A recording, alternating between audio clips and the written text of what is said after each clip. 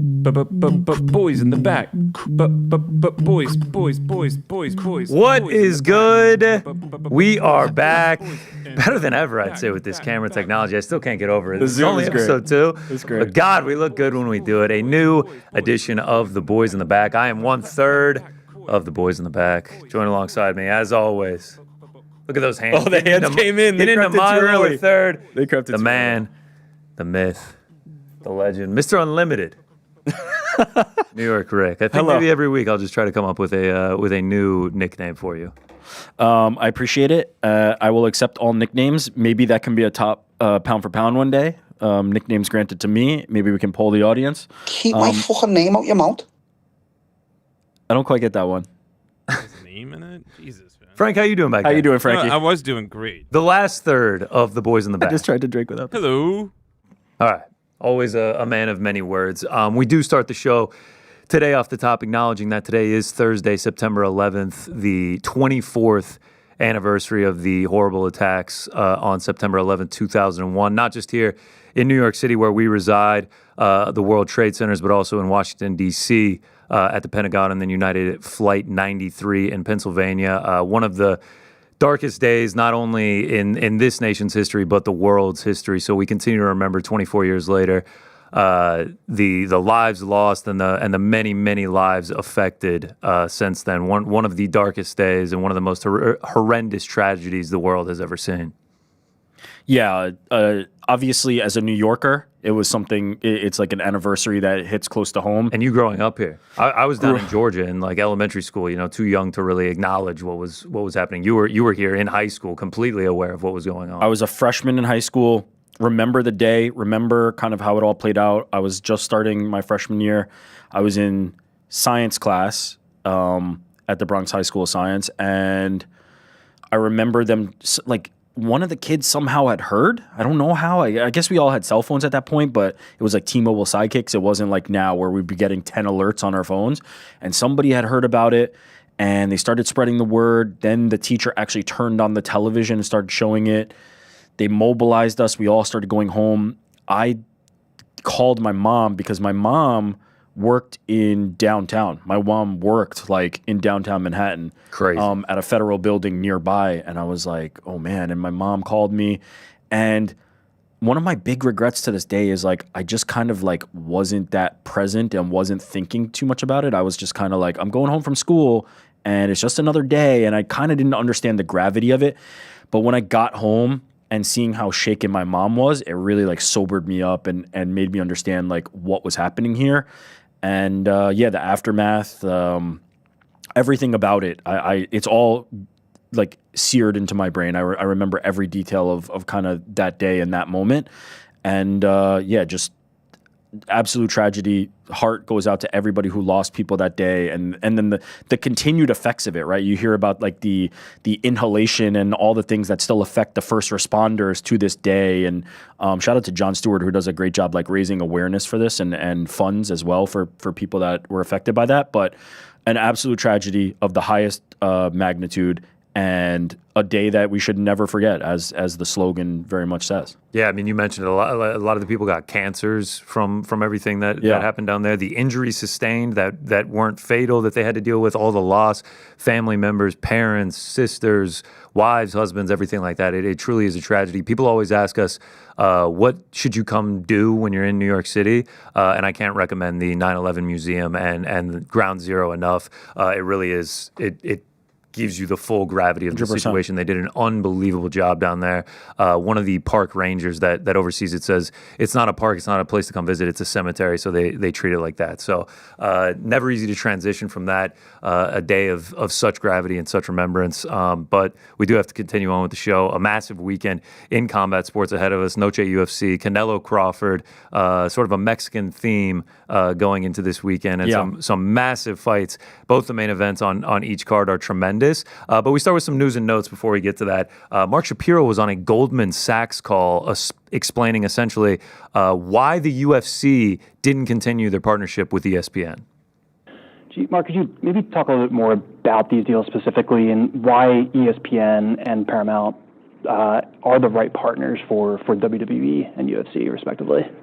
Well, look, I can't say enough about ESPN. I mean, they were an extraordinary partner on the UFC. A lot of our growth, the fact that we're mainstream and we're so young and we're so diverse and we're so global, has a lot to do with the marketing machine that is the Walt Disney Company.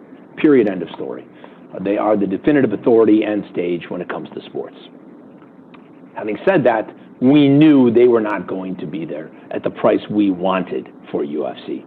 So while we had conversations, and across the timeline, there was a time where they might have come in for some of the numbered events, which are the pay-per-views, or some of the fight nights, or all of the fight nights. They were always in the mix, and they wanted to be in the mix.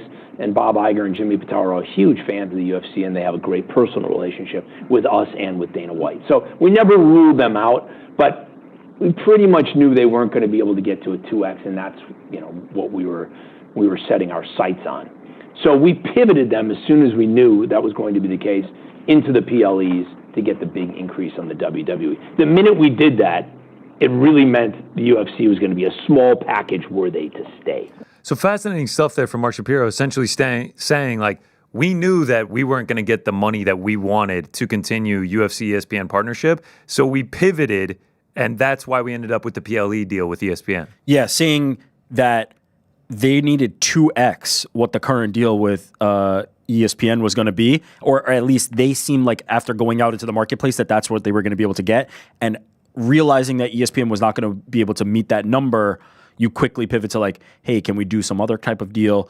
But interesting to see that, like, man, they knew from the jump like how much it's going to be worth. I don't think it was any accident when Dana White first early said $1 billion a year. I think most people thought that could be realistic. They ended up with more than that even. But interesting to see that ESPN, who, as he said, was like a great partner. They had a lot of affinity for ESPN. They recognized how much growth they enabled them to have into a mainstream audience, was not going to be the player. This Paramount deal was like such a significant amount of money, a great platform for them. It made a lot of sense. I was curious whether ESPN, because I had been hearing ESPN was going to remain in this game, but at that number, it just seems like they were kind of priced out. And ESPN's also shelling out mad money right now. Huge Red money. Zone, getting the NFL Network acquisition, and then obviously they have all the rights for SEC, MLB Sunday Night Baseball, NHL, NBA, everything that they have in between, college basketball. So they were shelling it out, and they just recognized they're probably not going to get the money here, so they were able to look elsewhere. And then being TKO, they still were able to get a great deal for the PLEs. And ESPN ends up with WWE, which is a fantastic product, and one that I think, if you're doing the value, if you're actually thinking about the value, that probably is the better deal, if I'm being honest. Like, that probably is the one that, on the price they're getting it, is going to provide more dividends. Now, you have that kind of like awkwardness of scripted sports versus like actual live, sports. But as you had talked to us about, like you mentioned this yesterday on the show, that you're seeing now on SportsCenter, WWE storylines and stars and things like that. I think it'll integrate nicely. That's a pretty good value. So if I'm ESPN, I'm not mad about getting that package as opposed to the UFC, especially at the price that it seems like. Like, I'd be curious what the number 2 offer was. Was it ESPN at half, or was there somebody who was like kind of in the middle there, but besides the Paramount deal? I'd be curious what the number 2 offer looked like. Yeah, I wonder like what Netflix came to the table with. 100%. Like maybe like YouTube talked to them, Apple TV, anything like that. It would be fascinating to know the comings and goings of He mentioned in that call, like, all the other players were involved. They talked to everybody, as you can imagine. They're one of the last like sports rights that are going to be up, and you have to have a conversation with everybody. That would be my like burning curiosity, is like what the other offers look like besides ESPN and besides Paramount. Some other news and notes. Ilia Topuria took to Twitter this past weekend and essentially said, should me and Terence Crawford fight? How do you guys think it would go? Posted a picture of Terence Crawford from what appears to be a while ago, where Terence was not in quite as good of shape as he is now. He's obviously jacked, having to get up to 168 to fight Canelo. This didn't quite show that. Says who wins in a fight. He followed it up with a tweet essentially about Terence Crawford isn't going to come to MMA. I'd smash him if we were here, but maybe we can do something in boxing. I still think I beat him there as well. And then Terence Crawford was asked about it during the press conferences for Canelo Crawford. Ilia Topuria says that if you guys ever boxed, he would knock you out based on the first punch. Shout out Oscar Willis. That dude drunk. Yeah, Oscar with the question. That dude's drunk. A lot of MMA guys, they drink a lot, so he must have been on that alcohol. All right, so he says he chalks it up to Ilia Topuria being drunk. We have seen him during the weight cut. He likes to drink some wine. I think he's finally stopped doing that. I don't think he's drunk. I think he's just wildly confident. Maybe he's drunk on his own confidence. High on his own supply, yeah. And then Ilia Topuria was doing a press conference at Wow FC, which he's a part owner of. So it's kind of kill two birds with one stone with the, he's a part owner. And he also gets to talk about things Another like press this. conference for Ilia. Everyone says he's always hosting press conferences. He's really just being a good owner of Wow FC. Yeah. He had this to say in response to Terence Crawford. I have no opinion. Whenever he wants to measure himself, whenever he wants to test his technique and skills, I'm here to show him. What bothers me lately is that a lot of boxers come out, interfere with our game, criticize us, and try to put us down. The truth is, there are many MMA athletes who have tried to go into boxing to test their skills, but I don't know many of the boxers that talk so much that have actually tested themselves in MMA. But in any case, whoever wants it, I'm here. First of all, fantastic job reading that because I was moving a little bit quickly. No, I was translating. You I've were been just studying doing Duolingo. I've been doing yes. it big. Every time I order my coffee here in the morning, I order in Spanish. I've seen your streak. Latte frío. Except you wouldn't roll the R there because it's just one single R. See, I'm learning. A little translation there for you. Should we have just had you do the translation yesterday for Jaime? I didn't want to offer it up. I'm a little bit more expensive than most, but maybe soon. But yes, good job. For me, this feels like the CJ Grand Theft Auto, here we go again meme, like Conor McGregor. The best meme actually is like, you are in stage 3 of your Conor McGregor journey. Yes. It's like, snap your leg, come back, fight a Dagestani and lose. Here's the thing that makes it a little more interesting to me, just from like, I don't ultimately think this will probably happen, at least not anytime soon. But the thing that makes this more interesting to me is I think Terence Crawford is the type of psychopath who would take this challenge personally, right? Like, I will get into Terence Crawford later because I have a lot to say about just Terence Crawford in general as we do the breakdown of that fight, which I'm super excited for. But he is the type of crazy person that like, oh, you challenged me and now we must settle this. I don't ultimately think he would ever step into an octagon or ever step into a cage of any sort with Ilia Topuria, but I definitely think it would cross his mind that if Ilia Topuria wanted to box him, he would take on that challenge. As far as Ilia goes, like, it's hard not to have the confidence that Ilia Topuria has when you can do what Ilia Topuria does and just have never fallen short in your career, to just be able to continue to raise the stakes, and then meet the situation and sometimes even exceed expectations as the competition has ratcheted up in the way that Conor did before him. So it's just two supremely confident athletes in the same way we had with Conor and Floyd, who just felt like they are invincible. We are seeing that again in these two guys, and come Saturday, we'll kind of find out about Terence Crawford if he is like every bit of that. Like, Floyd was the guy who has the O. He's the one who never suffered defeat. If Terence Crawford gets to that territory, he's already an all-time great. There's no doubt. And quite frankly, Ilia Topuria is as well in just a short career, in the same way that Conor McGregor was able to do it. It's a fascinating thing just because I think of how competitive those two are, but I don't think this is on the horizon. I don't think this is anytime soon. I think it's very obvious that respectively in their individual sports, Ilia Topuria would absolutely murder Terence Crawford in an octagon, and Terence Crawford would beat the brakes off Ilia Topuria in a boxing ring. That's just what it is. Zero question they're not getting into an MMA cage. Terence Crawford is turning 38 in 3 weeks. Yeah. You talk about time planning, everything like that. Like, they will never get into an MMA cage together. Also, Ilia Topuria is 10 years younger than him, and he's way more skilled when it comes to mixed martial arts. He would actually beat the brakes off of him. It would be an embarrassment for Terence Crawford. Now, boxing, I agree with you. He needs to keep the O. I think it does hinge on this weekend. Yeah. I think if he remains undefeated, you really could start talking about like a massive super fight. Is that happening anytime soon? I doubt it. I doubt it, but maybe one day down the line, because especially with the boxing, you can age more. Like, a Terence Crawford in boxing could be 40, 41 and box against an Ilia Topuria and like still be able to win, but no chance of an MMA fight. It's worth noting, even though this may be obvious, but it's worth stating for the record, a big reason why a boxer would never be compelled to go into MMA, because that's what Ilia Topuria's basis, right? That was his response was, I see a lot of MMA fighters willing to step into the boxing ring. I don't see so many boxers willing to step into the cage. There's a very obvious reason for that. The boxers have a payday. The boxers are making significantly more money. They do not need to go into your arena because that would be a demotion for them. That would be a pay cut for somebody of Terence Crawford's stature.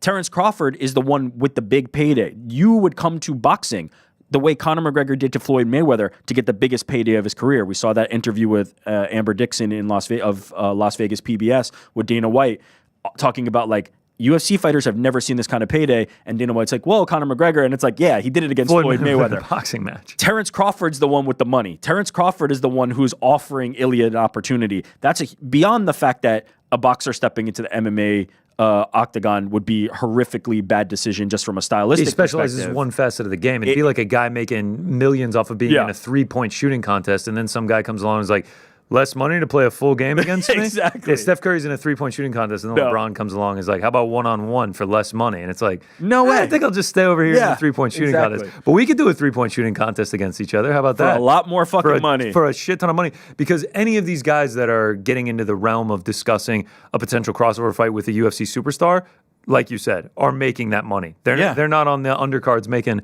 $1,000 a fight. They're making tens of millions. The number that Floyd Mayweather would have to take a pay cut to fight in an octagon would be baffling, would be like startling to people. Now, granted, they'd probably cut him a different type of check. But yeah, it's because all the leverage is on the boxing side, and also, that's where the money's to be made. These guys that defend their oaths so religiously, Floyd Mayweather 50-0, Terence Crawford's 41-0 at this point. It's just like, I'm going to step into an octagon and like almost certainly lose and get a lot of damage inflicted on me. Like, I'll pass. We do have to give credit to Lights Out James Toney. Like, he did it. He did it against Randy Couture. He didn't look good, and it went exactly as Terence people Crawford's would expect. A wrestler too. You never know. No, this fucking Terence Crawford blasts a double leg. He's the mythical like MMA fighter that everybody wants. Power bomb. Let's get right into it this weekend. Yes, please. Terence Crawford taking on one Canelo Alvarez. Allegiant Stadium. Yep. Should be roughly 65,000 people in attendance. Dana White claims that this is the third biggest gate in boxing history, I believe, behind I believe it. Maymack and Pacquiao Mayweather. Yep. The two before them. Free on Netflix. This is absolutely massive. It's as big as it gets. One thing to note, if you aren't aware of it, obviously two massive superstars in the space. Terence Crawford will be going up to 168, the highest weight class by far that he's ever gone up to. I mean, he started his career at 135, 140 range. Then he spent about 5 years at 147, and then recently to take on Madrimov, he moved up to 154, which did snap an 11-fight knockout streak for him. So, like, you do have to wonder about the power transitioning up to that. Now he steps all the way up to 168 to take on Canelo Alvarez, who is a natural at that weight class. He's been fighting there for years and years. Yeah, 100%. You've accurately kind of laid out Crawford's like ascent. The important part, I think, to note here is he was undisputed in 2 weight classes previously. He's still a champion, but he was undisputed previously. Canelo is undisputed in the weight class, and this would be if Terence Crawford wins, this would be his 3rd division that he's undisputed. 3rd undisputed and 5th division with a major title, a championship. And we've seen the likes of Pacquiao and others do this. We have not seen a man do the 3-division undisputed. The only person ever to do that before was Claressa Shields, who has done it, but we have not seen a man do that. It would be monumental. It would be historic, and he's got a tough task ahead of him, but he's this guy who always rises to the challenge, and it's an opportunity that I think he has earned on what like it. It's an interesting position because I think a lot of people think of Canelo as the like veteran here compared to Terence Crawford because of the miles, because of the number of fights, because he's been fighting longer. Terence Crawford fighting is in older. The spotlight longer as well. Certainly. Like has been in massive fights for 15 years. Yeah, and it's all fair and accurate. I have a hard time determining like the last performance for Terence Crawford I was impressed by, and I'll give more on that in a second. But I'm kind of painting this picture to say like he's the older fighter, but I don't know if he's lost a step. I don't know if because of the age, I would be looking at Terence Crawford and being like, okay, this is the tail end. He could box for quite a bit longer because of how relentless he is and how good his conditioning is. I have a feeling he could walk away tomorrow and just be like, I'm good, I did everything in boxing, or probably after Saturday if he does walk away. Or he could stay around and have these type of fights. Maybe he waits around and does hope that Ilia Topuria or somebody could do that. But the thing with Terence Crawford is, the last performance, I think, has scared a lot of people away, right? Like, it's kind of been this roller coaster of, okay, Terence is coming up realistically 3 divisions, right? And going on to face Canelo. He's going to be so much smaller. Then you see them next to each other and you go, oh shit, Terence Crawford's really not much smaller than Canelo Alvarez, like if smaller at all. But then you see the performance that he had at 154 and you go, oh man, the power didn't really translate. As you said, snapped a finishing streak. I'm attributing, I've gone through all this. I've ridden this roller coaster. I thought about all this. I ultimately feel like Madrimov was just a very difficult opponent. He's a very awkward fighter to face. He's a very tricky style. It was probably not the fight that you take to showcase Terence Crawford heading into a Canelo fight. Fortunately, it worked out for him. But I think I attribute that more to the puzzle that Madrimov is and Terence Crawford having to kind of find the gears later in the fight than necessarily his power not translating. I think his power is going to be fine. I don't know if it's going to be enough to finish Canelo, who has that dog in him. Unbelievable chin, dog. Yeah, like Mexican heart, like he's the definition of that type of fighter. But I'm less concerned of the idea that like he's not going to be able to fight Canelo at that weight class. Truth be told, like Canelo's small for the weight class, and like Canelo is not a huge guy, and that's kind of been the story and why he's so impressive. Because even as the smaller man in a lot of his fights, he still finds a way. But I've ridden this roller coaster of like, how's Terence going to do at the higher weight class? Ultimately, I've kind of like erased all that from my mind and just looked at on paper.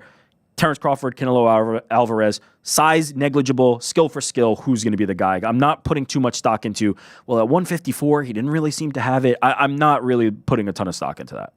I can't help but put stock into the weight classes. I mean, Crawford came out a couple years ago after the Spence win and said himself that the highest that he would go up to is 154. He told Hot 97 that in an interview. He was just like, yeah, weight classes exist for a reason. I don't think I'd go above. He says right here, I would say 154 is my highest weight class, realistically. Them boys get big up there. There are weight classes for a reason, and I respect the weight classes.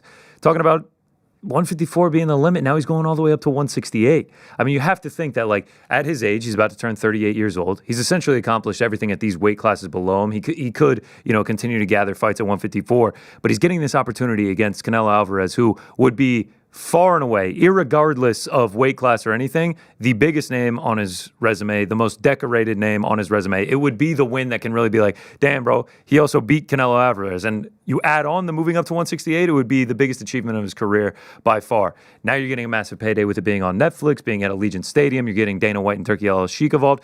It's an opportunity that he essentially could not pass up. Whether he thought he could go beyond 154 or not, it's just like, damn, man, this is a massive opportunity for me. Yeah, and I don't think he would be competing at this weight. Like, it is simply because the name Canelo Alvarez is in front of him. There's no way in my mind do I think that Terence Crawford would be fighting in this weight class or taking on opposition in this weight class. First of all, he could go up one more and try to get a title there. There's absolutely no reason he'd have to jump 2 from his previous fight.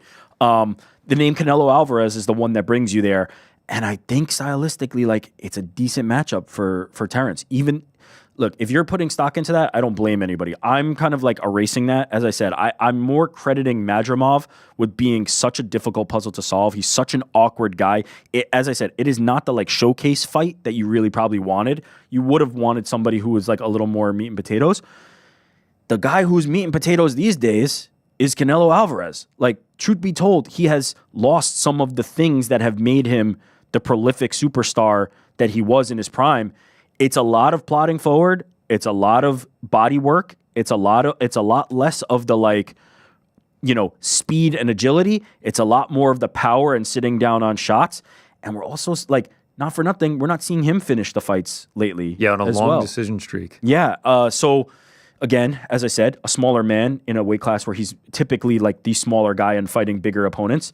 But for me, the Canelo of 5 years ago, right? I don't think this is even a question. I think that guy walks through Terence Crawford. And which you're not the only person I've heard say this. This sort of like turn back the clock with Canelo and like he dominates this fight. Him. I've heard, I heard Max Kellerman saying it and I've heard other pundits saying it as well. And it's like, wait, like Terence Crawford's about to turn 38. Canelo is 35. Like he's almost 3 full years older than Canelo. It's the miles. Crazy. Canelo has been fighting since he was in fucking diapers, and it's ridiculous how long he has been great. Like he is the face of the post Mayweather like generation. Like he is the one who took the mantle and just kind of became the face of boxing, the biggest name. Tyson Fury maybe kind of had a little bit of claim for a little while. Some of the heavyweights, right? Joshua Canelo's been Wilder, that persistent, that division. consistent. But Canelo's been the guy. He's been the face of boxing for a very long time now, post like Mayweather, and even like starting with that Mayweather fight, which he lost, and I think it was just obviously too soon, right? That if they had run that back a little bit later, 2-3 years, it would have been interesting to see how that goes. I return to the point that 5 years ago, that Canelo, there's no doubt in my mind, that was pound for pound number one. I would have taken him easily. This version of Canelo, I'm hesitant. I'm skeptical. I have more questions about him at this point than I do about Terence Crawford, because I just, like, the performances are not matching the guy that I know he can be. The performances are not matching that guy from 5 years ago. It's, as I said, it's a little more flat-footed. It's a little more sitting down on those body shots. It's a little bit less of the guy that became the super prospect that he became after the Mayweather fight. Whereas for Terence, like, yes, I don't think he's going to knock Canelo out, and I don't think he was ever going to knock Canelo out. That would be a shocking outcome. It would be insane. I don't think that was ever going to be the thing. I think Terence Crawford is going to be a little bit nastier, a little bit craftier, a little bit more technical, and in the opportunities where Canelo is in a lull, in the opportunities where Canelo is kind of taking his time, I think that that's where Terence Crawford is going to shine. I think this is a style that really favors him. Whereas the Madrimov fight, I did not think. I thought Terence Crawford would win that fight, but I did not think it was going to be like this like blowout because of how awkward Madrimov is. Canelo's not that. Canelo, you know what you're getting with Canelo. The problem is most people can't still weather that storm. Like he's still extremely powerful. He's still extremely aggressive. He still crowds you to the point that you really don't have a lot of airspace to breathe. The cutting off the ring is not as good anymore, right? It used to be he's an absolute Terminator. He's cutting you off and you're cooked. Now it's a little more following than cutting off, right? Like when the footwork starts to slow down, all of a sudden it's not as easy to corner people. It's not as easy to cut off the ring. I think we're seeing that version of Canelo now. Maybe he's refreshed. Look, maybe he shows up and it's prime Canelo. I'd love to see that because I think Terence Crawford is a challenge deserving of that. But ultimately, I do think he slipped more than I think people are kind of attributing to Terence Crawford in that Madrimov fight. I'm super excited about it because I think the playing field has kind of been evened. I mean, you talk about like he hasn't been getting knockouts, hasn't had a knockout since the Caleb Plant fight in 2021. It's a while. Is there any argument that like this is a fight, you talk about turning back the clock, like this is a fight that he's really getting up for? I mean, he has 67 professional fights, and his latest one was against William Skull, Edgar Berlanga before that, who was a bit of a name, but just was outclassed in that one. Jaime Munguia, John Ryder. Hasn't been pressed. Has not been going against a massive superstar where he's not going into that fight and just like, I'm probably going to dominate this one. I mean, he typically comes in as a massive favorite against these dudes. Is Terence Crawford the one where it's like, all right, this is super fight level. This is Netflix. This is a stadium show that we're going to sell out. Massive gate, like huge things on the line. It's time to turn back the clock and bring back the old Canelo. It's a fair point, and if you told me that Canelo took his foot off the gas for the William Skull fight because he was setting up this fight and just didn't want to slip on a banana peel, like I'd believe had you. To do. But the last couple have been this. Like Canelo has just basically looked like this. I tend to believe that this is more just the Canelo we're going to see from here on out. But I would believe if you told me that he hasn't been challenged, right? He hasn't felt motivated to get up, and Terence Crawford would be the one to do it. On the other side of the ledger, I said I would return to this. Terence Crawford is the most singularly motivated athlete I've ever been around or encountered in my entire life. Terence Crawford, when it comes to competition, I've never quite seen anybody who is like him in terms of when I was starting my early career at ESPN, 2019, one of the first things we did outside of promoting the UFC, because the UFC debuted in January, one of the first things I did as a social producer at ESPN was promote Terence Crawford versus Amir Khan, which happened at MSG. Terence Crawford blew through him, and the rest is history. It kind of went on to an epic run. But Top Rank was a partner with ESPN at that time, and one of the first things I did was that. Terence and Amir both came into Seaport to do First Take and do some social content and other things like that. And just being around Terence for any amount of time, something will come up. Hey, there's a chessboard right there. I think he actually either brought a chessboard or there was a chessboard there. Bomac, we need to play chess. Just every single thing is a competition in his life, and he doesn't lose. And if he's throwing darts, there was like a video of him the guy throws bullseyes. He is he is a one-of-one specimen. He is a level of athlete that like cannot be measured. And when we were talking about Ilia Topuria, like never suffering defeat, like Terence Crawford has gone through his entire life competing with people and dominating people. It has been what he is known for the entire time.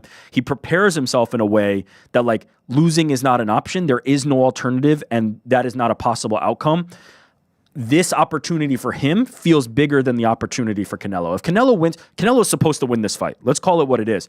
Canelo is the bigger man. Terence Crawford's coming up in weight. Canelo is the face of boxing. At least like maybe people can start making claims to others. Like you talk about a Ryan Garcia or a Tank Davis or anybody else. I still feel like Canelo is probably the biggest name, the one that if you tell people the names, they will recognize that one the most.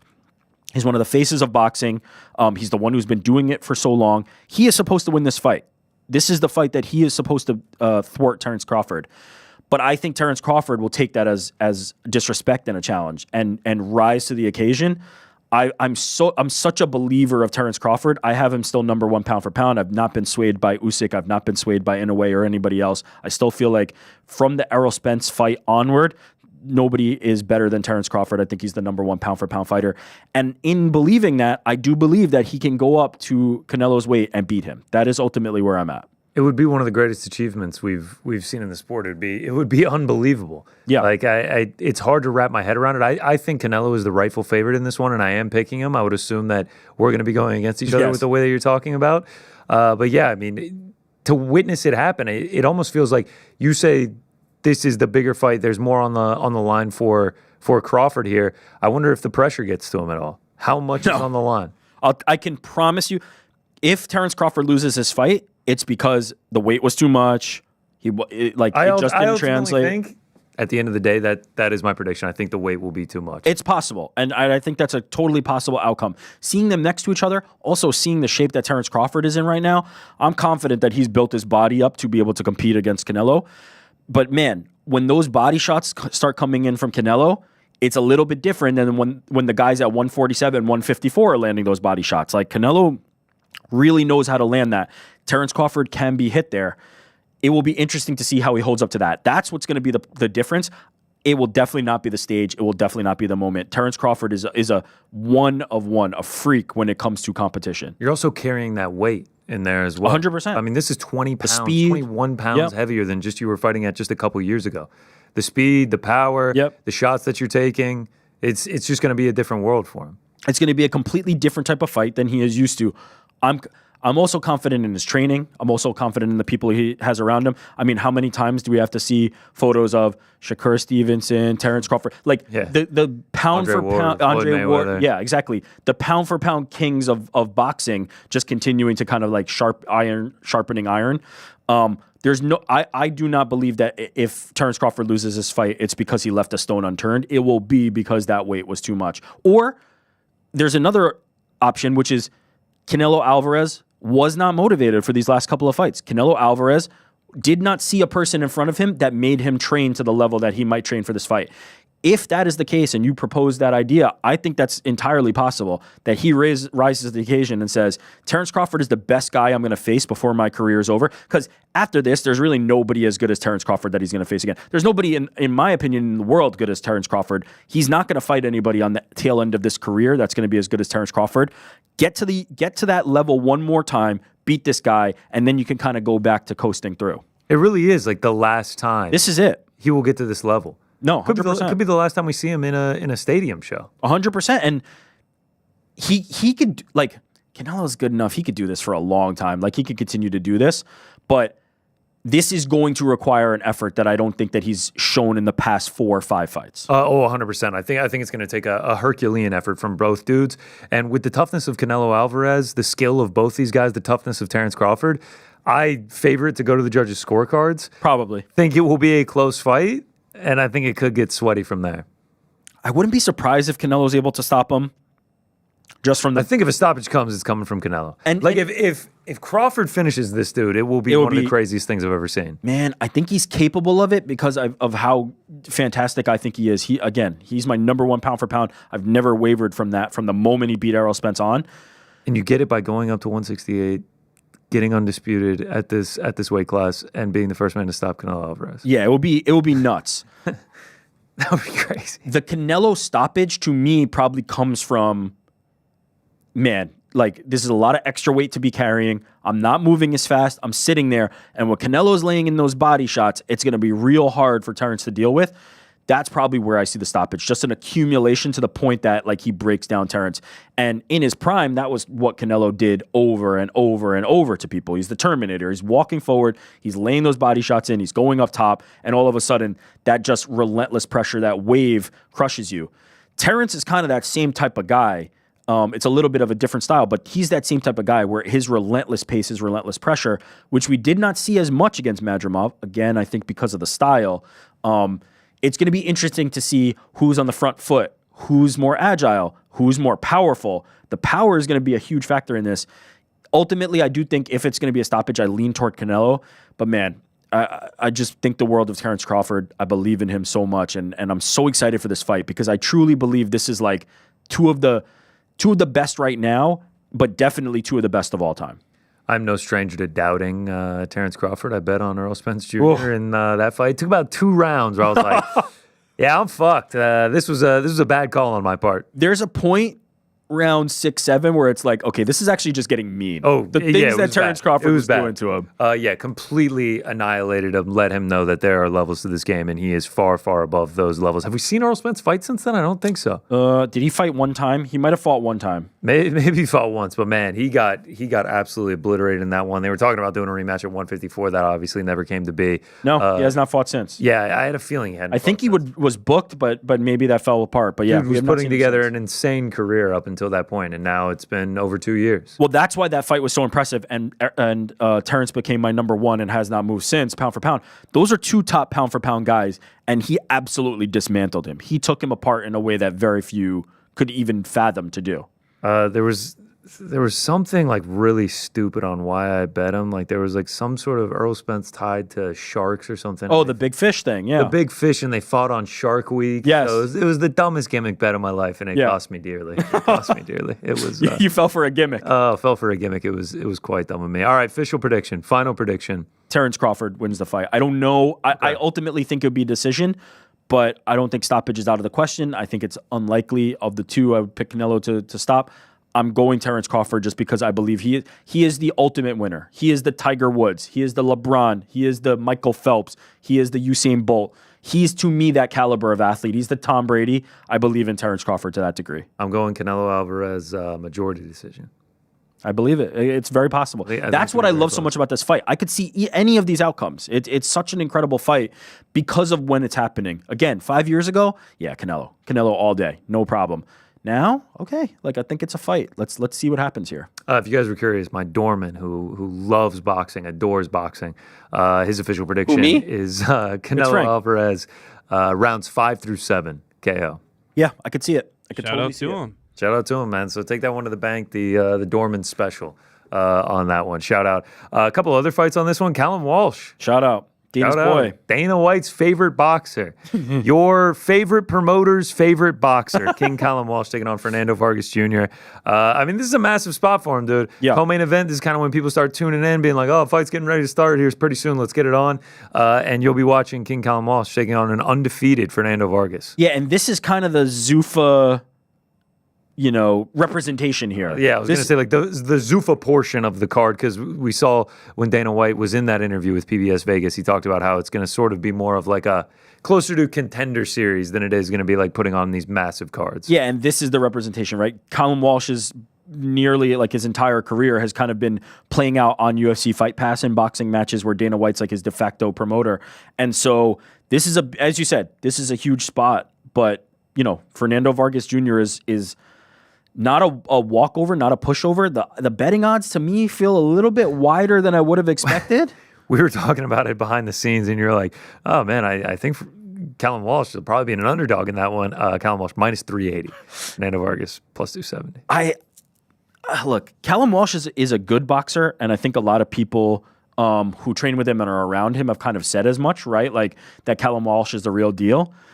Man, this is a stage though that I think is a lot different than like that UFC Fight Pass. This ain't the stage. Hulu Theater down at MSG, man. This ain't you get the robbery decision in front of 3,000 people. This is Allegiant Stadium on Netflix right before Canelo Crawford happens. This is as light as those bright as those lights are gonna get. And there's a real chance that he rises to that opportunity. The betting odds would say that that's what's going to happen. So we're going to see. I don't know if Vargas should be that big an underdog, but ultimately I do probably think that Callum Walsh is able to get the fight done.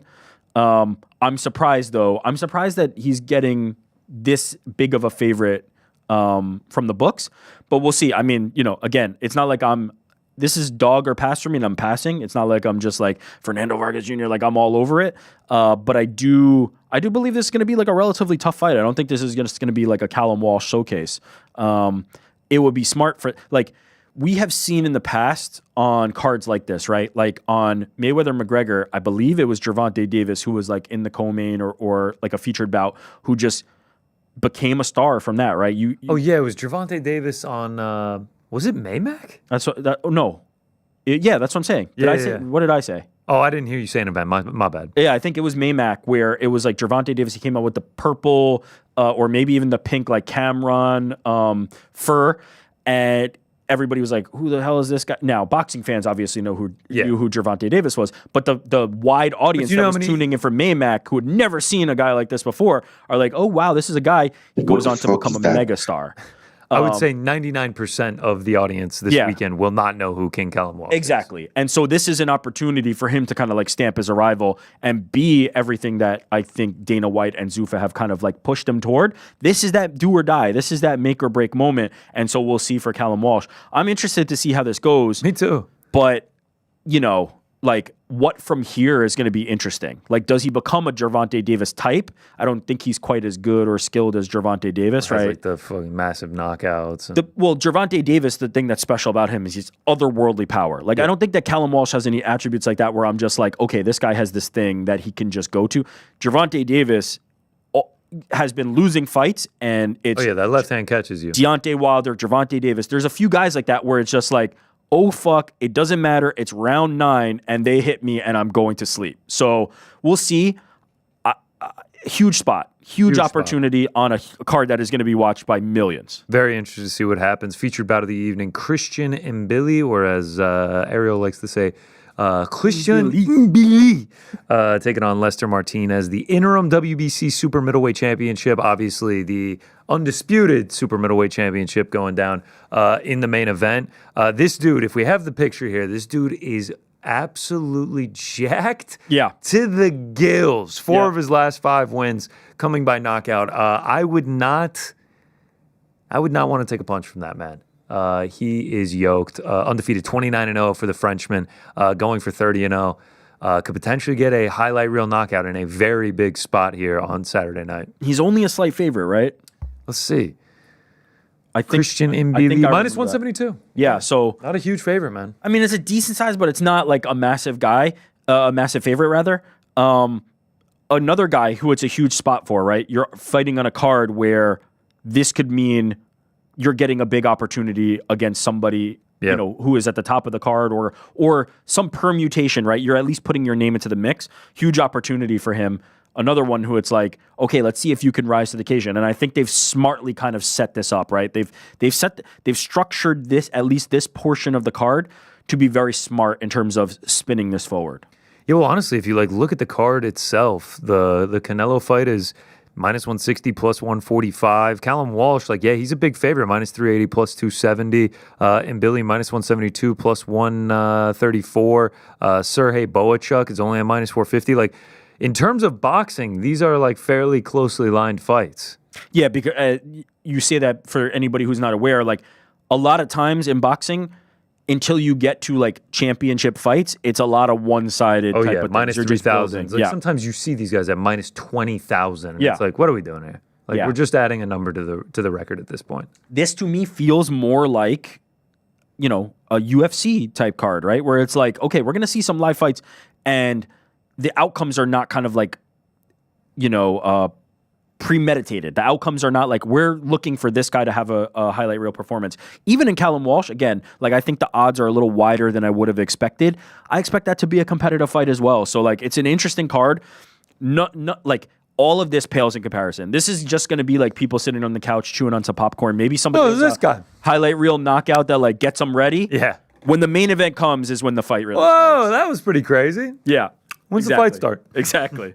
All right, that is the Canelo Crawford card going down this weekend at Allegiant Stadium in Las Vegas, Nevada on Netflix. Watch it here with us. Watch it here with us. Yes, watch party. 9:45, 10 o'clock start?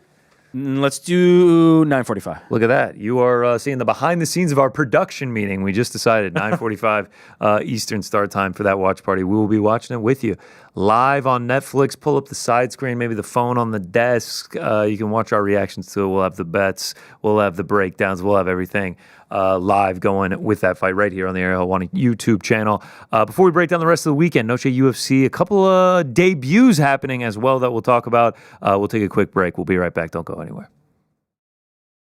Back in your life!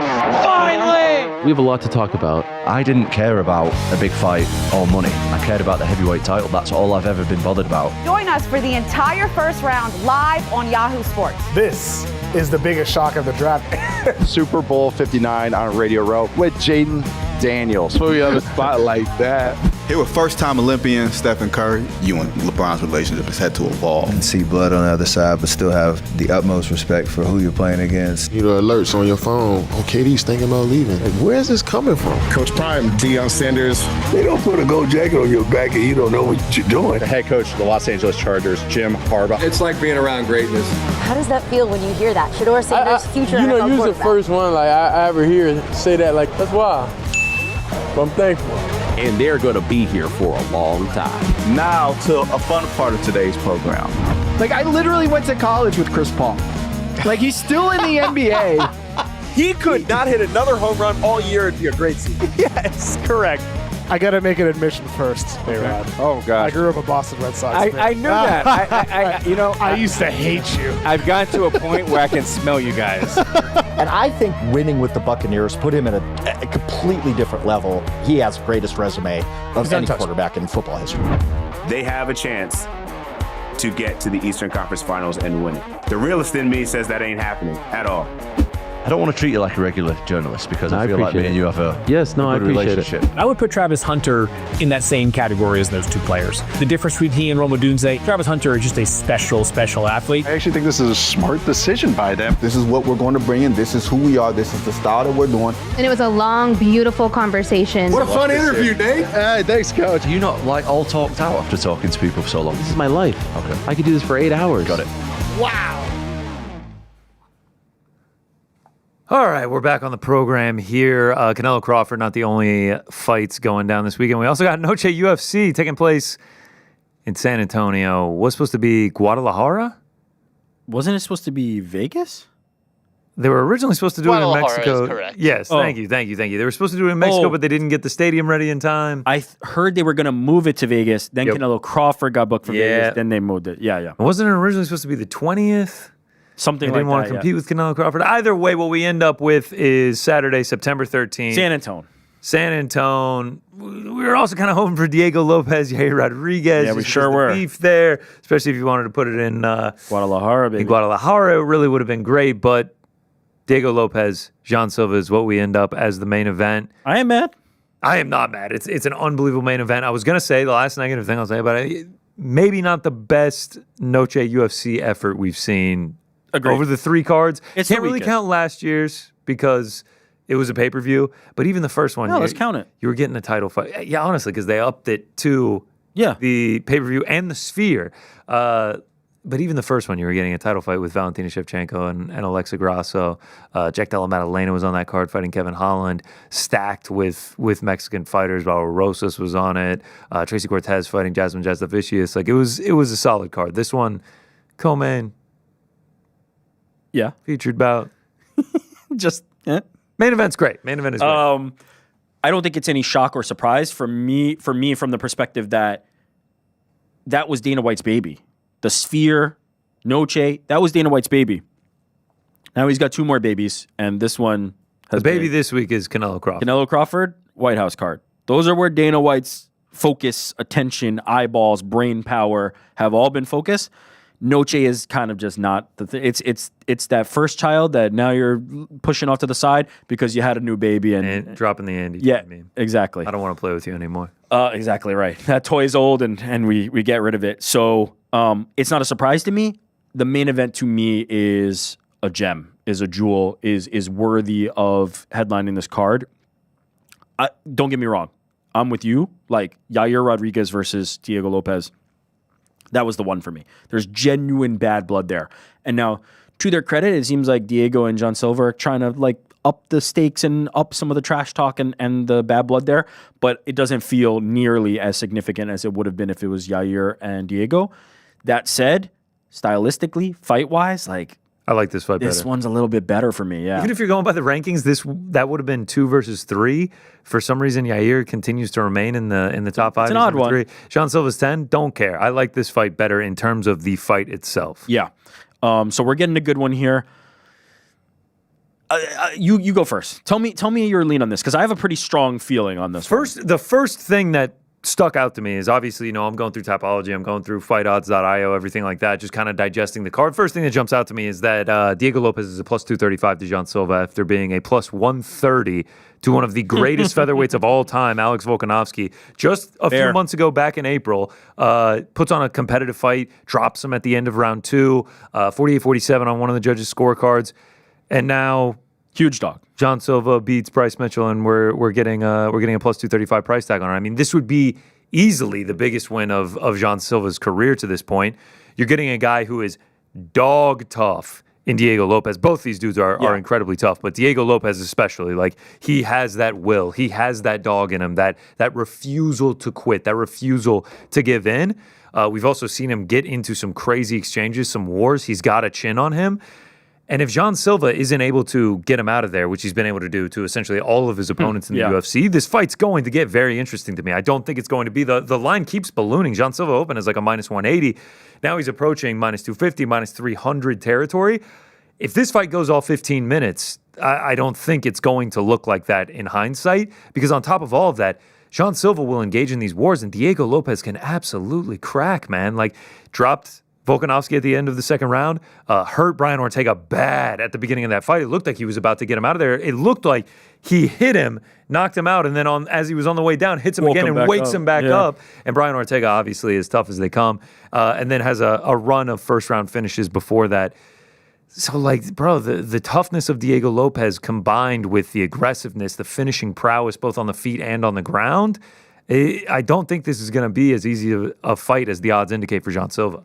I love that you said that, because I think it is going to be as easy a fight as the odds indicate. I love it. For We're disagreeing on both main events. I love it. Yeah. I'm going dog UFC favorite boxing. You're going dog boxing favorite UFC. Yeah, I ultimately...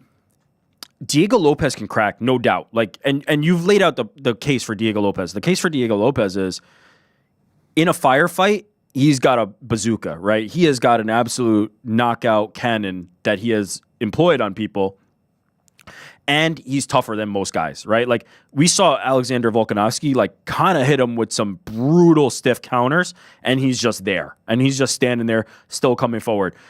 But what we also saw in that Volkanovski fight is there's holes for Diego Lopez. There's holes in the striking that he leaves wide open. He's a looping puncher. He just has opportunities to be countered. And Alexander Volkanovski, who, as you said, which is important to note, is the best of the best. Like, Alexander Volkanovski is Islam Makhachev and Ilia Topuria. Those are the names that you have to beat him.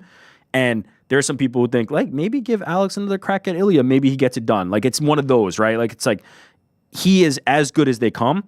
He's the one who's able to exploit the holes. Can somebody who's like John Silva's level, maybe he can be Alexander Volkanovski's level, but he has not proven that yet. Can he exploit them? Personally, I think he can, because I think as a striker, John Silva is on a completely different level. I agree. I was as I was going through it, that is the main argument to make for John Silva. Like, when you talk about just skill for skill, the striking is better for John Silva. he is so much craftier. He is so much less meat and potatoes. It's not just like waiting for the hooks.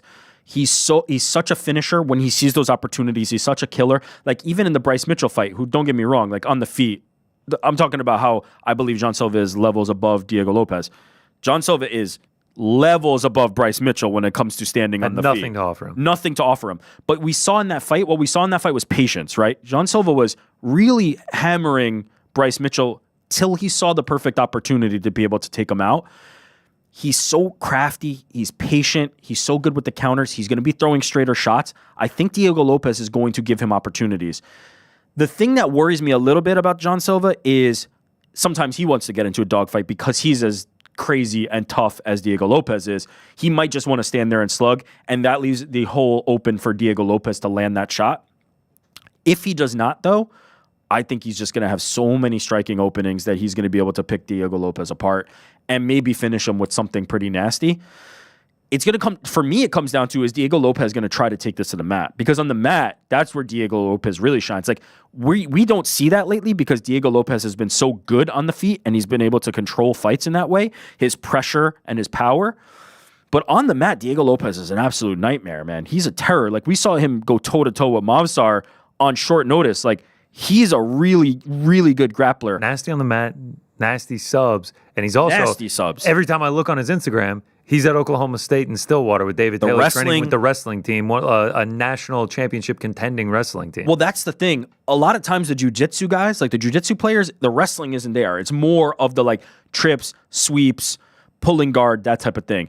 He's a guy who's been working the wrestling and has an opportunity to maybe utilize that to get into that submission game. It'll be interesting to me to see if he pursues that. If he stands on the feet, which I expect that that's probably what's going to likely happen, I also believe John Silva might be able to kind of like thwart the grappling if it comes. If he stands on the feet, I don't see how he's going to be able to bridge the gap on the level of striking. John Silva is one of the like best strikers in the world right now. Like, he is so good, so creative, so accurate, so fast. It's really hard for me to see somebody outside of like the Volkanovskis, the Topurias, who's going to be able to withstand what he's able to bring. Two things. You have to wonder if Diego Lopez was watching that Paris card and he was like, man, BSD is having a lot of success on that grappling. Taking this one to the ground against Mauricio Huffy, who's an unbelievable striker in his own right. Second, one thing you mentioned during your breakdown is John Silva being crazy. Both these guys being crazy. Nuts. That's what makes this fight so beautiful. Like, they're just two savages with finishing capabilities, with complete games, nasty striking, nasty ground games, who are willing to just go to war. The crowd's going to be electric. The main event's going to be sick. They're both going to live up to it. I think it's a fantastic main event that I can't wait for. I love it. Diego Lopez is so game, but I do ultimately feel like it's going to play out on the feet, and John Silva's just going to be too far ahead of him. I'm really curious with the toughness of both dudes, this being a 5-rounder, what it looks like in 3, 4, 5 if it goes that long. Yeah, I agree with you. I wonder if it goes that long. I think if it hits the middle, maybe Diego starts to take over. You know, somebody who has been in these types of main events before and knows like what that pressure is like against guys like Alexander Volkanovski, who is, as I said, the cream of the crop. He is the featherweight champion. He's the one that you're kind of like looking to replicate. But man, it is going to be tough sledding to get there, in my opinion, especially if it stays in the, like, if it becomes a fight where Diego Lopez is like using the striking to get into takedowns to try to, even if he's not successful on the takedowns, but just giving John Silva something to think about and not be just so reliant on being able to sit back and counter, I think that makes it a lot more interesting. If it just becomes the striking battle, if it becomes the Volkanovski fight, basically, I think John Silva is actually better positioned to finish Diego Lopez than Volkanovski was. And if he has that opportunity, I think it might happen. It's going to be fascinating to watch. I can't wait for it. 5 rounds potentially going down in San Antonio on Saturday night. Co-main event, Rob Font taking on David Martinez. David Martinez stepping in on very short notice. Solid fighter. Rosas was the original opponent? No. Yes. It was Raul Rosas going up against Rob Font, which would have been a massive spot for him in the co-main event against the guy in Rob Font, potentially vault him into the top 10. Now, David Martinez is the one getting the opportunity in just his second UFC fight, KO'd Simon Oliveira in his debut. He's fast, he's young, he gets knockouts. Like, there's a reason that he is plus 105 or something to Rob Font in just his second UFC fight. But man, this is where Rob Font shines. This is the Rob Font special right here. This is the vet lesson. I honestly wish Rob Font was like a plus 250 or something. I'd be like, this is where this man shines. 7-4 over the last 7 years. Those losses coming to Jose Aldo, Marlon Chito Vera, Davison Figueiredo, Corey Sanhagen. Top 10 guys, top 5 guys. Like, he has been around the block. The Adrian Yanez fight, massive underdog in that one. Who did he just recently fight? The Matrix. Kyler Phillips, massive underdog in that one, gets it done as well. Like, I will not be shocked. I'm actually a brother of the bald beard brand, Mr. Rob Font. What I'm depending on is this will be a vet lesson from Rob Font. That's what I feel too. A lot of people betting on Martinez, man. The line continues to drop for him. Well, there's a certain point where the Rob Font magic will end, right? Like, there's a certain... He's getting old. I think he's 38. He is 38, yes, as of June. Happy birthday, Rob. There is a point where that will stop. There's also a level where that will stop, right? Where all of a sudden, like with Neil Magny and others who have kind of been good at that, who have been good at playing spoiler for the younger, more hungry wolves, there's a point where, like, the bar for who you can do that to starts to go down and down and down. I don't know if this is that day. I would probably lean Font at the moment, but it's not because I think, like, stylistically Rob Font is going to dominate this fight. It might just be that veteran savvy. It might just be, like, because he's been able to do this so many times. I don't have a super strong lean on this fight, but there will be a day where Rob Font cannot play spoiler anymore. And I think we're approaching it. I don't know if this will be the fight. We'll find out. I also do think you have to credit the full camp that Rob Font got for this fight, and David Martinez stepping in on short notice 100% plays a bit into it there. Featured bout of the evening, Jared Gordon taking on Rafa Garcia. Jared Gordon, like, was a decision machine throughout most of his career, and now his last 2 wins come by way of first-round knockout. It's been incredible to see, and he's a guy who was kind of like, after the Paddy Pimblett, a weird little bit of a run, but now he's finding something. I'm leaning Jared here. Yeah, I think Jared Gordon gets it done. He's a fair favorite in this one, minus 220. I also just think, like, obviously he hasn't needed it because of the knockout, but, like, you know, the grappling game is always there for Jared. And I think when he's just like a solid ass fighter. He's so well rounded. He brings a lot of pressure. It leaves him open, right? It leaves him open for opportunities because he's such an aggressive fighter. But yeah, I just feel like well-roundedness and toughness are hard to combat at the level of guys he's fighting. Rafa Garcia is not like an elite competitor, in my opinion. Jared Gordon has been in there with the best of the best. I think he's going to be able to get it done just based on that. The tenacity, the toughness, the well-rounded game. It's hard for me to see where the holes are for Rafa that he's going to be able to, like, take advantage of it. Rolling along, Kelvin Gastelum back in the octagon just 3 months after a pretty tough go against Joe Pyfer, taking on Dustin Stoltzfus. Stoltzfus been on a win-loss kind of streak here lately. This feels like an opportunity for Kelvin Gastelum to get back in the win column. Kelvin should win this fight. Like, that's what this is. This is an opportunity for Kelvin to, like, right the ship here. Stoltzfus, another guy who's kind of, like, super tough, dangerous when in the right scenarios. Any night could be his best night. Any night could be a bad night as well. Kelvin, I think, is the more steady guy. Like, we kind of know what we can expect with Kelvin. This feels like the level that is above Stoltzfus, and this feels like the level that, like, Kelvin should be able to cruise at. I lean Kelvin.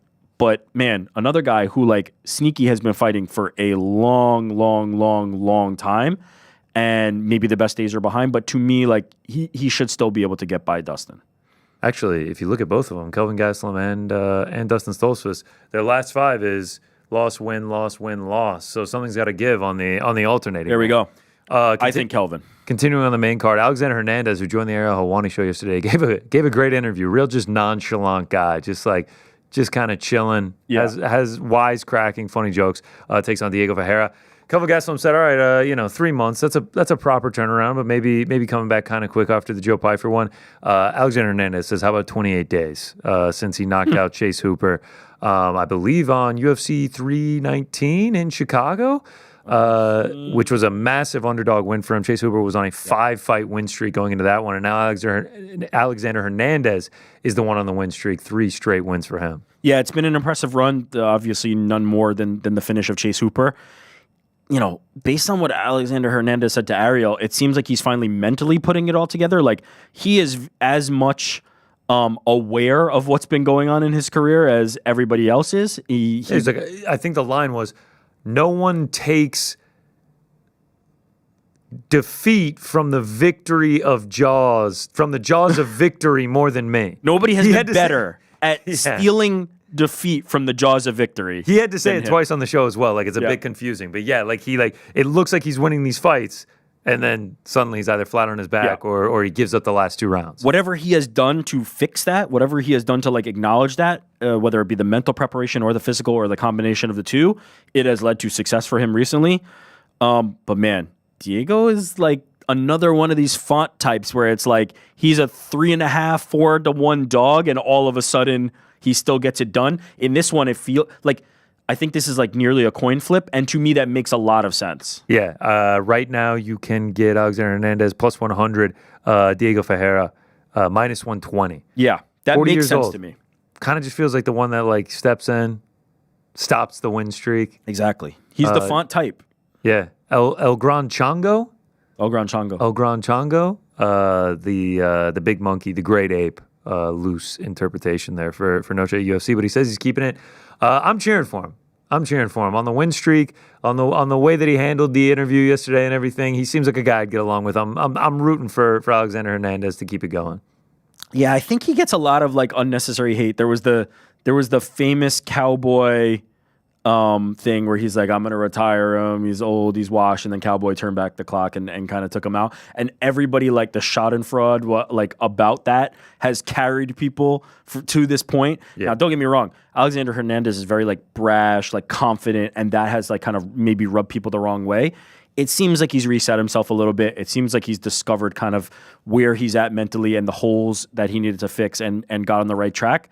I do kind of like feel like he's a guy you can root for now. I feel like he's kind of now entering the stage where it's like, all right, we've put the sins of the past behind us, and now we can root for Alexander Hernandez. You know, Team No Thanks, I think is good. And the, what is it? Big Balls.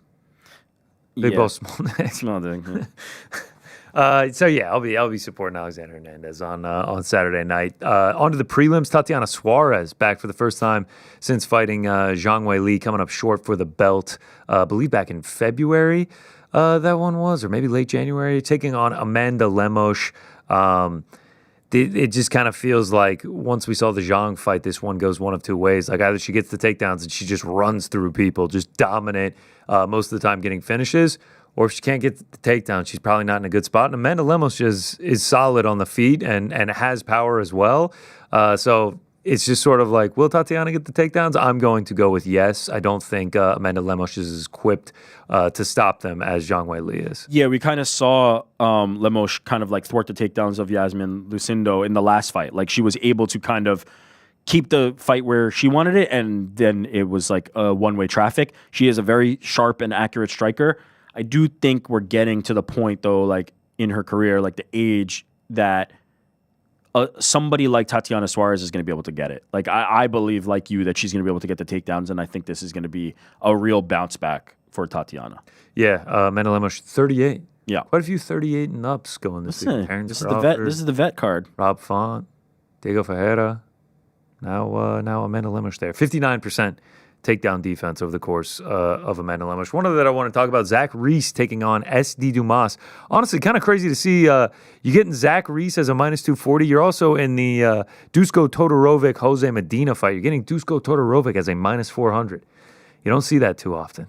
You certainly don't see that too often. Zach Reese taking on SD Dumas, who took to Twitter in a now deleted tweet talking about how he has essentially no money in his bank account. Took a picture of his checking, $13.96, zero in the savings. This is the price of being an adult and paying legal actions and stuff in your life. I hate to hear people say people don't struggle at a big scene. Yeah, y'all can laugh about it. I'm just giving y'all something to laugh about. So a lot on the line here for SD Dumas, because I don't know how much longer he'll be in the UFC if he doesn't get this one done this weekend. But on the flip side of that, the legal fees and everything is his own doing. Yeah, self-inflicted wounds there. I'm surprised he's still in the UFC, if I'm being completely honest. Like for him not being the elite competitor, for the trouble that he's kind of brought to himself, like I would have expected that there's no reason for him to still be in the UFC. I imagine if Zach Reese is able to get it done here, maybe he won't. Not hoping for that, not rooting for any outcome. Certainly don't want to see somebody struggling financially like that. But as you said, a lot of these wounds self-inflicted by him. Yeah. There's some good fights on this card, Go. There's some good fights on this card. Level of excitement? It's a nice appetizer for Canelo the main Crawford. event carries it. Oh, main event's incredible. As does the boxing main event. I mean, the whole weekend is loaded up. Patty Donovan fighting earlier in the day. Look at John Silva with the cowboy hat. Love it. What do you think the photographers were like? Yeah, the shadows are a little bad, John. Yeah, Like, maybe shadows are a little bit tough here, John. What the fuck is that? We should have had Diego Lopez in his cowboy hat as well, so we could have done a little side-by-side. Who looks cooler in the cowboy hat? Diego Lopez, John Silva in your main event. Rob Font, David Martinez, Rafa Garcia, Jared Gordon. It's a decent main card. Santiago Luna, Kwang Lee. Frank loves that one. Yeah, you wouldn't shut up about it. Look at Dusko Todorovic in the Noche merch. You're minus 400, Dusko Todorovic. That's big. That's big. He looks good, man. He looks clean. It's not bad. Thoughts on Medina's new hairstyle? Yeah, I like it. Little flash in the pan, little blonde, little stripe. Start the win streak there, Jose. Good stuff. And then your featured early prelim. Zach Reese, Esti Dumas. We got this. We got Noche UFC. We got Canelo Crawford taking us into the evening. Patty Donovan in the boxing. Yep. Which Pizzi just cannot wait for, man. Yeah, Crocker Donovan's he'll be there. Crocker Donovan 2, the rematch, trying to get that revenge, the Irishman is. He won't shut up about it. He will not stop talking about it, but shout out to him for it. For a full breakdown on Donovan Crocker 2, watch The Crack tomorrow at 1 p.m. Eastern. And then Friday night, you have Yoel Romero debuting in BKFC, which saw the odds for that one. He's a minus 1,800 taking on Theo Daukus. Who? Good luck to Theo, man. Good luck to Theo. It's going to be interesting to see. How old is Yoel Romero? I think he's 48.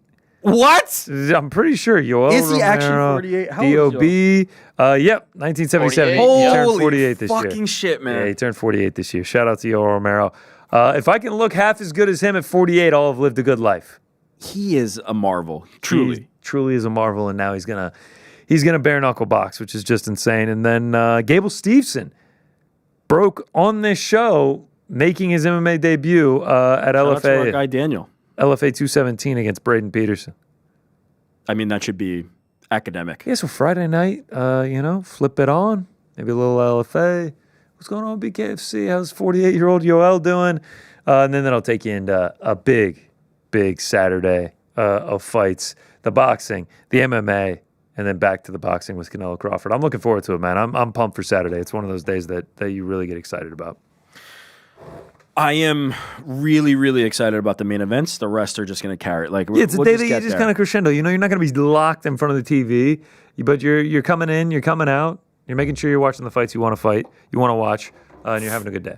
We'll be locked in. From Lopez Silva onward, I'm there. I'm there. When night falls. Yeah. 3 p.m. Eastern start for Noche UFC. Love that. Great. Don't want to compete. Get out of the way. Smart move. Yep. Smart move by Dana and them. Competing with yourselves, honestly. Yeah. Smart. All right, let's rip the picks. Parlay Pals bets. Parlay Pals. Before we get to our picks, I do want to recap last weekend. I have a couple big hitters to shout out. Nice. Last week, Parlay Pals, once again, Pizzi costs us. I don't know what else to say. What man. a shocker. Frankie, you didn't do shit. Your fight was off. Thanks for absolutely nothing. Absolutely. But Pizzi, appreciate the L, brother. I said it, last week. I was like, PSD always going against me. Like, let's not do that. Fucking hell. Appreciate the L there, brother. My bets did get it done. I did get I got a victory. I think like plus 2.3 units or something on the weekend. Plus 2.3 units. We got some wins. We got some losses, but ultimately we come out with a dub on the weekend. So shout out. Hopefully we'll keep it going this weekend. Do have some big hitters to shout out. Yeah, there's my record. Yeah, overall record. Let's go. Keep it going. Made it. Jordan got there eventually. Big hitters for this weekend. Marlo Stanfield, shout out to The Wire and shout out to AA Online 94.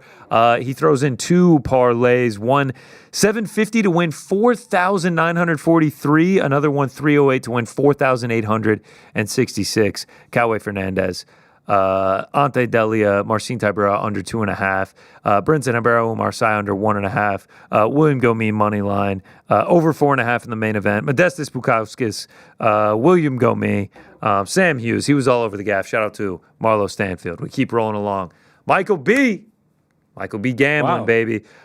He went Sam Hughes by submission round 1, 150 into 1950. Sam Hughes by submission straight up, plus 950, 125 into 1,312. Shout out to Michael B. Gambling. We roll right along. Wait, how did that bet work? It could be either of those outcomes? I think he bet 2 separate singles. Got it. And just one of them hit. Narrative Nation.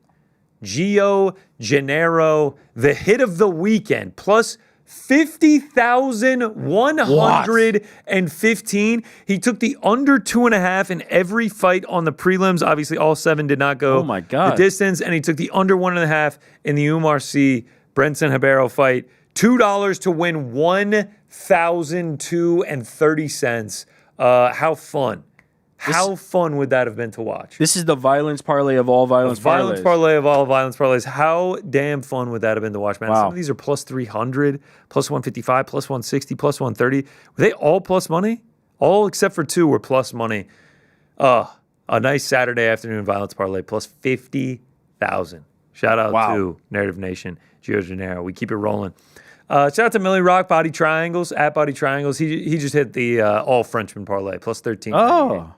Shout out to him. I did notice on your French parlay, you didn't have Nasruddin. Yeah, I only did the French favorites. Got it. Yeah, I should have done BSD and Nasruddin as well. And then lastly, our boy Matty Betts. Shout out to him. $2,000 on a plus 5,778 parlay. Turns that into $117,562.50. Umar C by knockout. Yes, on either fighter in Mauricio Huffy BSD to win by submission, and then Nasruddin Imavov to win by decision. Plus 230, plus 375, plus 275. But I need an explanation here. Yep. Why would you take either fighter to win by submission? Yeah, I was going to say, why not just take BSD to win by submission? I don't know. I guess he saw something. He saw it right. Maybe he thought it was going to go to the ground, and then maybe Huffy could throw something up. Punches or something. You just never know. $2,000. Into 100. Can't be mad at that money. 562. Unbelievable stuff from him. And then I do have not bets, but just a couple shout outs I wanted to take. The Strava on Crown group. First one up, this man, Rory Meldrum. 5K in 17 minutes and 51 seconds. That is absolutely flying. Kid is blazing out there. Shout out to Rory Meldrum. UK. And then shout out to Bakri Al-Saik. I'm sorry if I got this wrong. He ran 4K in 29 minutes, but he said he's been trying to get in shape for the past 2 months. First time he has run 4KM without taking any breaks. He says it's not much, especially at that pace, but we're getting there. It is that much, man. The fact that you were able to complete that first time ever running 4K without taking a break is legendary stuff. 5K on the way soon. So shout out to him. Shout out to the Strava group, man. The Strava's killing. Dude, we got like over 200 members now. I'm loving watching everybody's runs. It motivates me. It seems like it's motivating them. Join up if you haven't. Just go onto my Strava and you'll see the groups click in. We started just doing fight day 5Ks. Everyone just posts their 5Ks, their fight day runs in there. You should get in it, man. I'm not a runner. Be a big pop if we saw a little New York Rick Strava action. Not a runner. There'd be a big pop. Frankie? A little blurred out. What is running? Don't like the road work. Jordan? And? Running for off? Someone should run on the Strava in the uncrowned logo, and then we'll post that. You have to make the pattern of the logo? In your map, I see. You run as the crown? I see. Yeah. Not going to lie, I do have the maps hidden. I don't need to give away if you do decide to do that, it's a pinpoint precise location. I mean, we don't need to give it out. Frank does enough doxing for me anyway, so we don't need to. I ran very religiously for one summer. It was great. Enjoyed my time. Not for me. Man, hop in, bro. There's no better way to start a fight day. No. get a nice run in. I got down to like high 7s, 8-minute mile, and then I was like, I'm out. I'm done. Come on in. No. All right, Parlay Pals. We've already gotten Pete's pick. I'll give you one guess. It's Patty Donovan. Patty Donovan trying to revenge a loss, minus 700. I think that's likely. Lost the last one. Now he's minus 700. Yeah, lost. I mean, Frankie, you go first. You know what? I'm just going to go with Canelo. Wow. To get it done. Perfect. Despite what good job Rick said. Okay, I mean, I was going to give out the whole order, but I guess you jumped right on that. Did you just say Frankie? I was going to say Frankie, and then I had like a little indigestion there. I had a little burp that created the pause. Rick sometimes has those like pretty fresh off lunch, and I'm just like, I'm waiting for the day where it's like, we get the free lunch for you. I'm waiting for the day where it's like, man, that rat may have sat out for too long. And it's like sometimes he'll be like, immediately. Yeah, I had a bit of indigestion, but I was going to finish. Frankie, you go first. I'll go second. Rick, you will go third. I'm going to take Zach Reese. Zach Reese is minus 238. Let it be known my stomach is iron. I will never have that moment. That used to be me. Iron! Then I met a piece of Gorgonzola I couldn't take. And everything's been different since then. No, I am set. I'm good. I'm going to go with Tatiana Suarez. I think she's going to be able to get back on track, get the takedowns. That's my pick. I like that. I like that a lot. Do we have a graphic? Did the graphic team? Yeah, there it is. There it is. Second time we're seeing this one. Plus 207. We need it, boys. Come on. We need it because we're slipping into that. Slipping into that green. There was the green slipping away there. The rest of these look great. Green Terence Crawford. I love that it will, if we get that far, it will be finishing on Canelo Crawford. So we can shit on Frank live on the watch party if he costs it for us. Yeah, that'd be great. We will see. My bets, quickly, briefly. We start Alexander Hernandez money line. I'm not going to lie. I bet this while he was on yesterday. I was like, you know what? I like the cut of his jib. I believe. Alexander Hernandez. El Gran Chango. We eating chimichangas on Saturday? I might. Chimichangas? If I have the opportunity. But as I understand it, that is not a correct translation. Am I wrong, Andy? No. That's exactly over to, I believe, chimichangas? The big monkey. That's what he said. Yeah. But when we were looking into what chango means, we found a couple of different ones. Okay. Different descriptions of what could What would the great ape be? Is there an actual translation, or is this like the closest approximation? That's the thing. A chango doesn't exist in Venezuela, so I don't know what that word means. Okay. It's like an idiom, probably. Got it. All right. Fascinating stuff. An idiot. That was rude. That wasn't bad, Frank. Get your El Gran Chango merch right now online. Next up, Luis Gurriel. I like his chances in this one. I think he gets it done. I think he's the better striker. I think he's better on the ground as well. I just think he's got the complete package. I think he gets it done. We roll along. Joaquim Silva money line. Claudio Puelles. Ever since the Dan Hooker fight, that man cannot get my money. I think Joaquim Silva can keep this one standing and get it done. Just don't go to the mat. Don't fall into the leg locks. Don't fall into the submissions. And I honestly think even if it does go to the ground, he can survive. Joaquim Silva money line. And then last but not least, for the bald beard brand, we stand with Rob Font. Vet lesson gets it done. Couple parlays. Zach Reese money line. Alessandro Costa money line. And then Tatiana Suarez. Jared Flash Gordon. Oh, yeah. To finish us off. And those are the picks for Noche UFC. Love that. No bets on Canelo Crawford right now. Kind of just waiting. Maybe I'll just cheer on the Parlay Pals. Yeah, we'll just root for Canelo. Thanks to Frank. Okay, that is the Noche UFC discussion, which brings us to our pound for pound rankings for this week. We've done a lot of dumb lists. This may be our dumbest. I teased it yesterday on the Ariel Helwani show. I said, there's a big twist.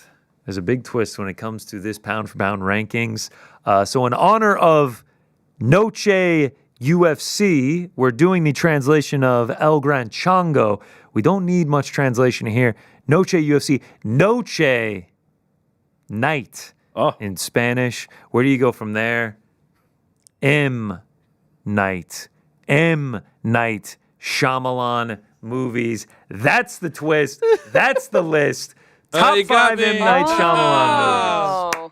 Very clever. If you guys would like to know what else we were workshopping to get in the dumbest brains in the mixed martial arts media space, Rob Font, we were considering top 5 fonts. Love it. Shout out to Rob Font. And then we were also considering, because of Noche, night times of day. And then Frank was begging, pleading for best times of day to watch M. Night Shyamalan movies. Ultimately, we decided on the top the combo of the two. Top 5 M. Night Shyamalan movies. Frankie, what's the order, brother? The order will be Frank, Connor, Rick. Okay. Whoa, let me finish. Frank, Connor, and then Rick. You think you get to finish after jumping down my throat for Canelo Alvarez? When you said yesterday on the show that it had a twist, I popped hard. Nailed it, and that was off the completely off the cuff. Oh, it was great. It was great. All right, Frankie, kick us off, man. All right. I've only seen 3 of his movies. Oh, fuck. Is that how you spell Shyamalan? I guess it is. No, I don't think so. Is it? Definitely is not. You think there was a typo on the graphic? Is tough. It is how you spell it. Shout out to Jordan. My number 5. Yeah, I'll take that check to the bank. I spelled it Shyamalan on my list. So I really fucked Shyamalan. That's how you pronounce that, right? Okay. Shyamalan? Shyamalan. All right. Chalamet? So my number 5 Shamalama-ding-dong. is one of the 3 that I actually did see. Time out. What? The 3 that you did see are not going to be 1, 2, and 3. No. You didn't, okay. You didn't watch 2 because additional last number night? 5 is so bad. I'm willing Future to bet. World is on this one. I'm willing to bet that a couple of the ones I didn't see are better than it. It's Signs, the one about the aliens or whatever. I remember like a kid kills a dog with a fork. That's fucked up. Frank, a bit of kayfabe, man. Like you couldn't have been like, No, I've this seen is 5 how. movies. And then the alien's biggest weakness is water, despite all the humidity and the. It's fucking stupid. So they're going on to number 4, following along with the water theme. Lady in the Water. I saw the trailer for that one. It looked dumb. The Village. My brother saw that one with my mom. It came home and told me like, "Oh man, you should hear about this twist." Proceeded to tell me the twist, and I was like, "Yeah, that was dumb." Well, if you didn't know, the twist is it's like a old school village. It looks like it's set in like the 1800s. You're stuck there. You can't go beyond the woods because there's monsters out there. They tell the kids that you can't leave because there's monsters in the woods. Yeah. And they're like, these monsters are scary and stuff. You find out the monsters are the elders dressed up, other villagers to keep the people there. And then you find out it ain't the 1800s. It's present day. Somebody gets over the fence, and there's a Jeep. That's there. That's 20 years later hearing this, and it still sounds like shit. But I did see number 2 in the theater the day it came out. I'll never forget The Sixth Sense. Wow, number 2. I got to tell you, I guess I was in junior high at the time. Like, I got. I didn't see that coming. Like, I don't think the brain was developed enough. You can like be this hipster hater on all things M. Night and be like, oh, he's the fucking worst, despite like having like an illustrious directing career. The Sixth Sense is a solid ass movie. Yeah.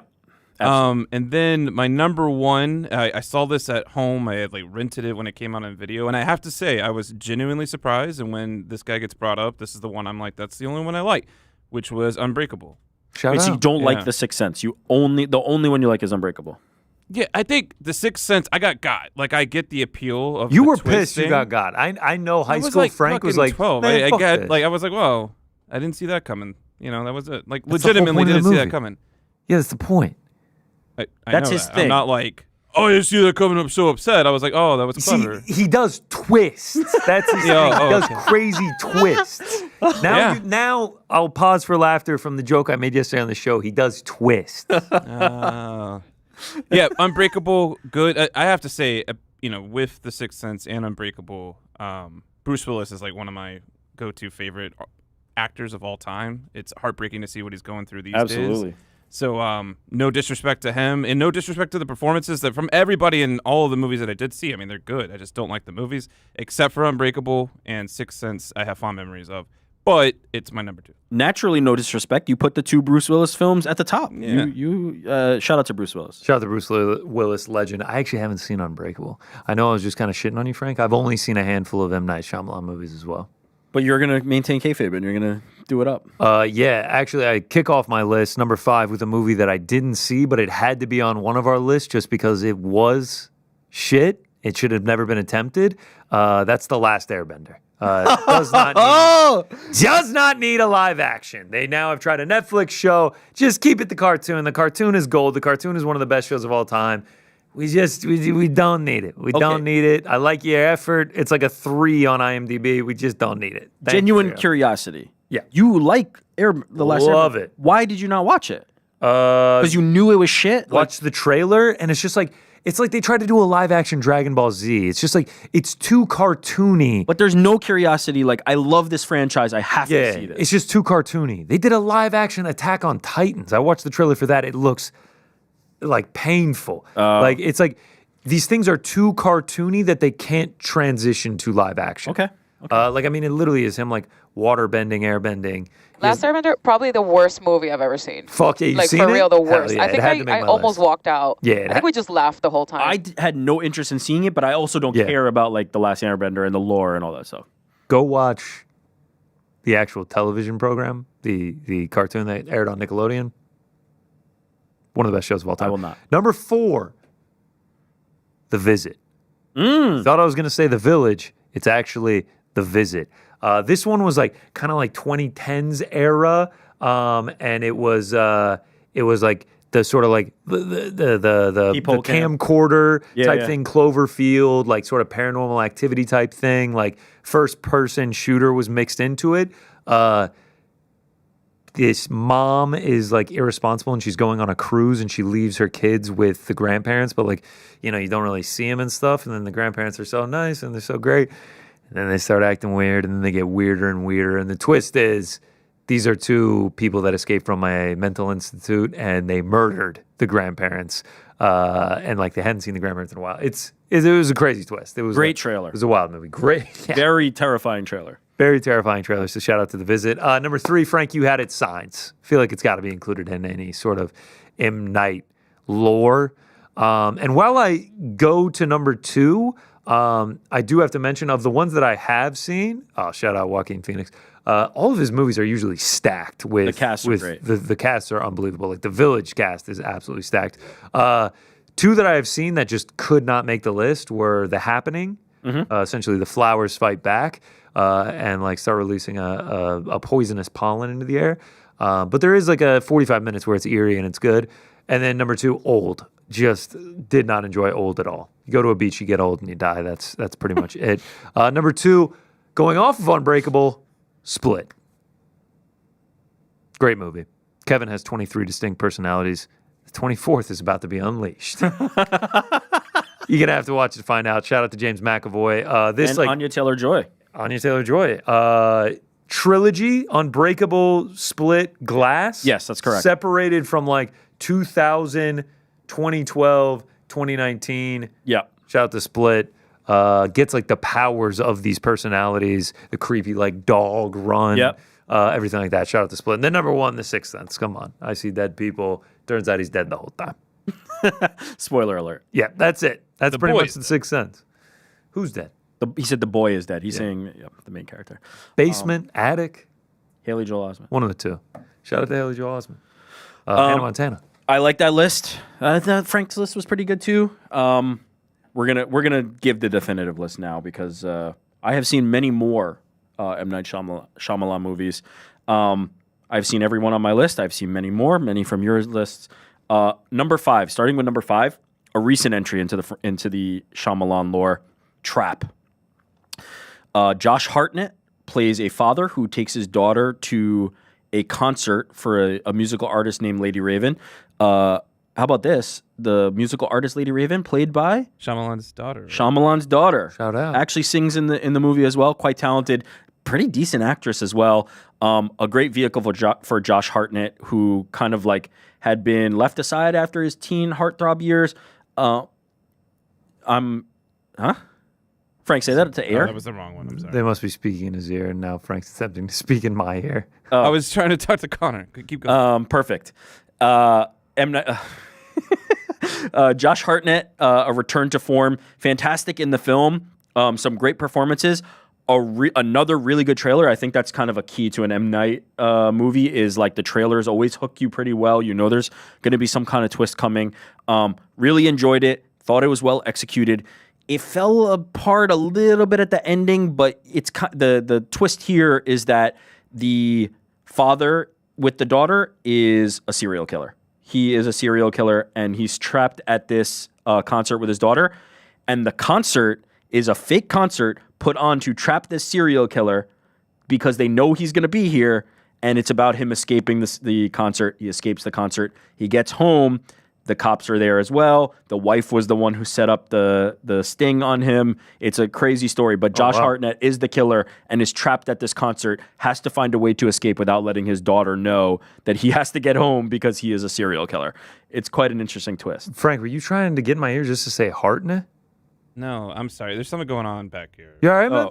Apologies. Yeah, Frank's having a moment. When he was talking in your ear, There's then a he jumped technical in. issue. You guys got to make a big deal out of it. He jumped into my ear and he just goes, Hartnett. I was like, what the fuck? Oh, I think that got replayed from whatever Rick was saying. Oh, perfect. It was an echo of me saying it.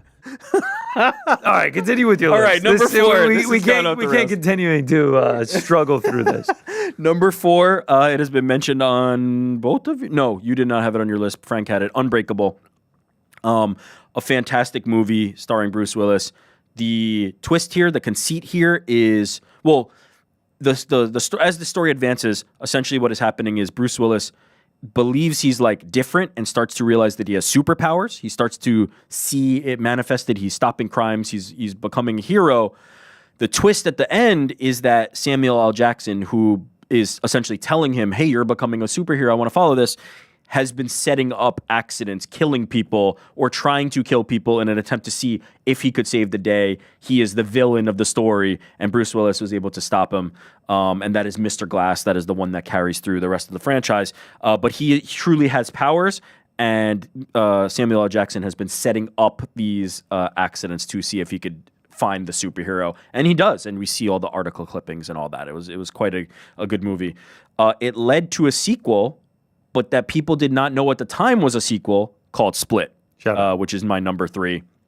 An incredible movie, incredible performance by James McAvoy, who has to play 24, 25 different personalities. Anya Taylor-Joy playing the counterpart who discovers this man.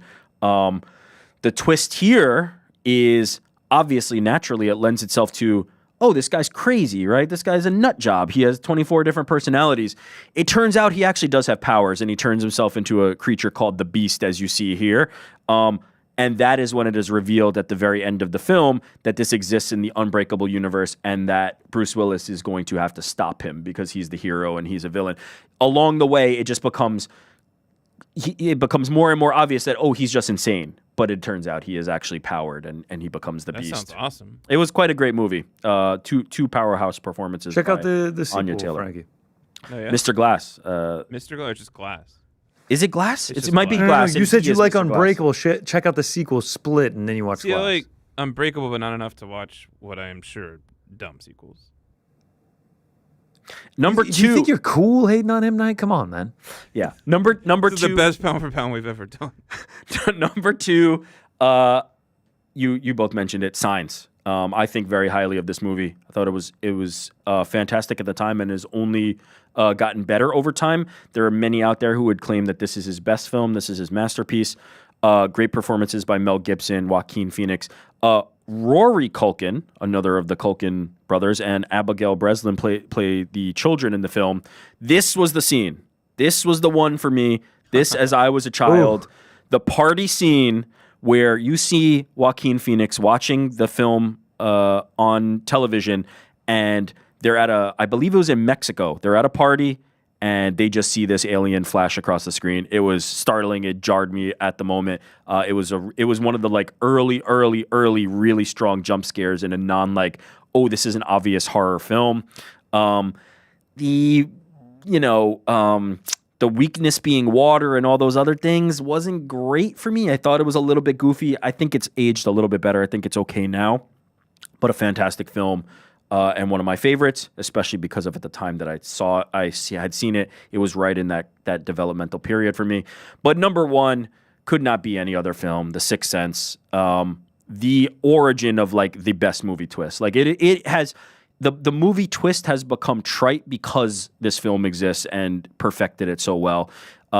They give you the answer right at the beginning of the film. You see him die. You see him get shot, and you know that this man is in grave peril. You think he recovers. They cut to another scene, and you just instantaneously go with it.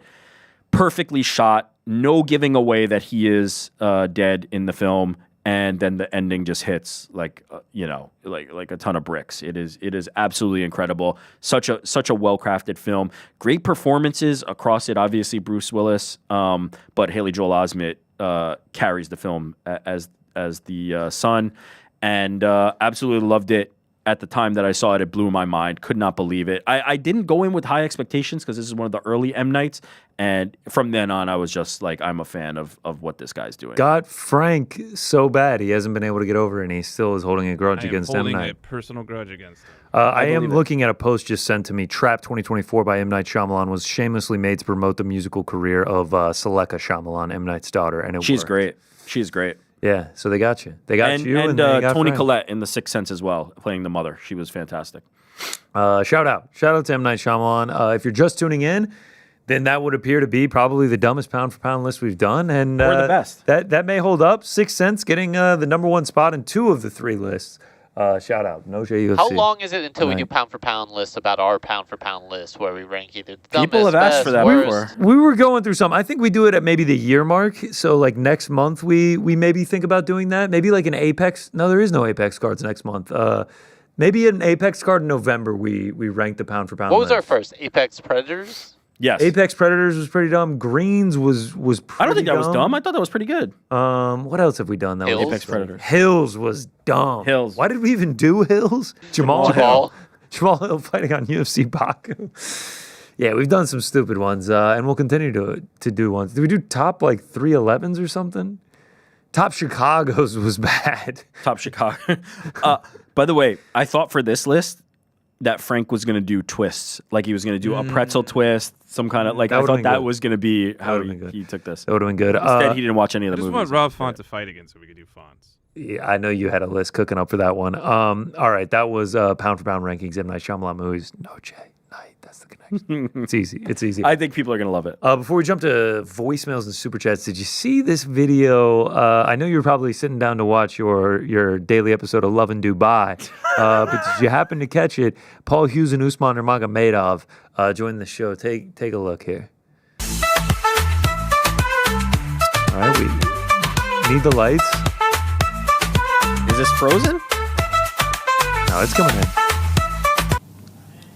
Cut the music, change the camera, change the camera, change the camera. To my furthest right, we have the undefeated Bellator lightweight world champion Usman Nurmagomedov. Also to my right, we have the Irish sensation Paul Big News Hughes. Yeah, man. Shout out to Love in Dubai. Seems to be a successful program over there. A lot of followers, a lot of subscribers on YouTube. But like, my questions are several. Why is it in the dark? Why is it that like up angle and then change, and then completely butchers? Put zero effort into Usman Nurmagomedov's name.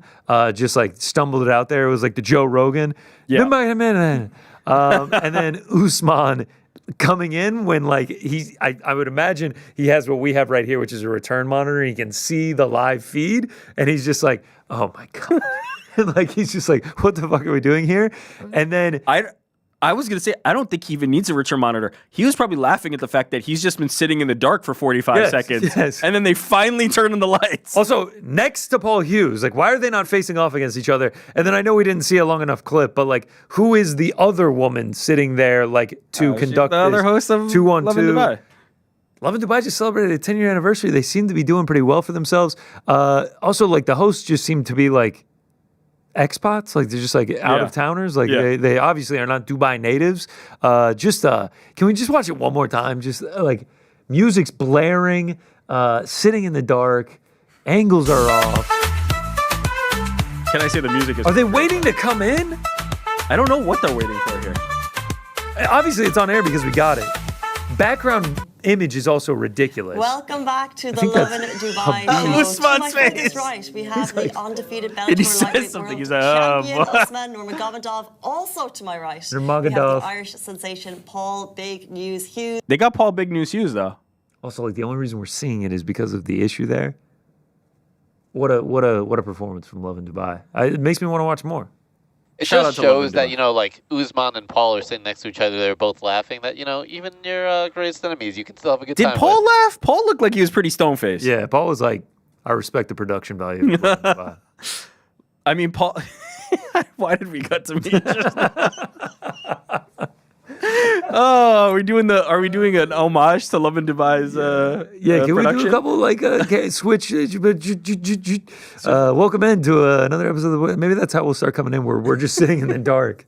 Yeah. Hard music, and then Frankie, you're just gonna have to kill we it. Should have done that and just see who knew. All right. Oh, fucking hell. Welcome into Boys in the Back. I'm Connor Burks. This is Arik Chikman.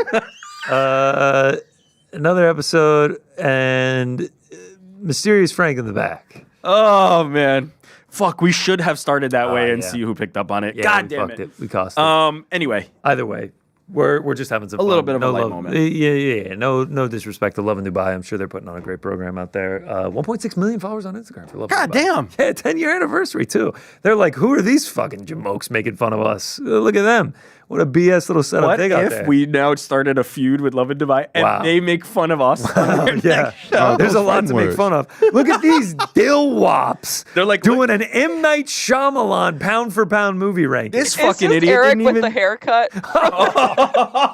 I mean, we've done some dumb shit here. We have done some dumb shit. Somebody out there is going to maliciously feed them this information and make us look like assholes. Our next production faux pas will... Didn't we do top pound for pound faux pas? We did.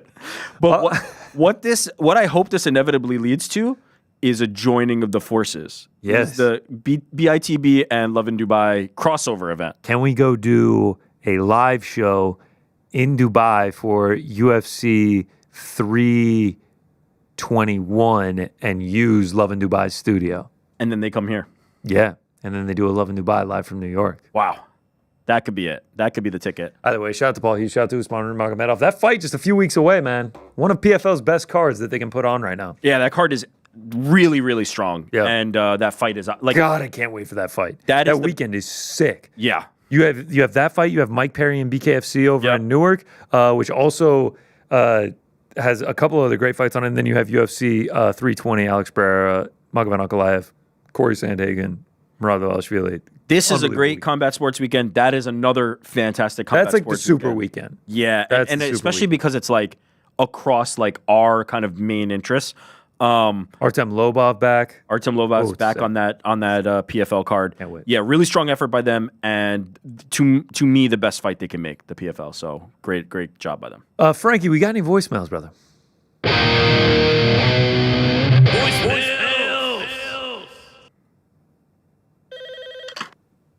Ahoy, hoy.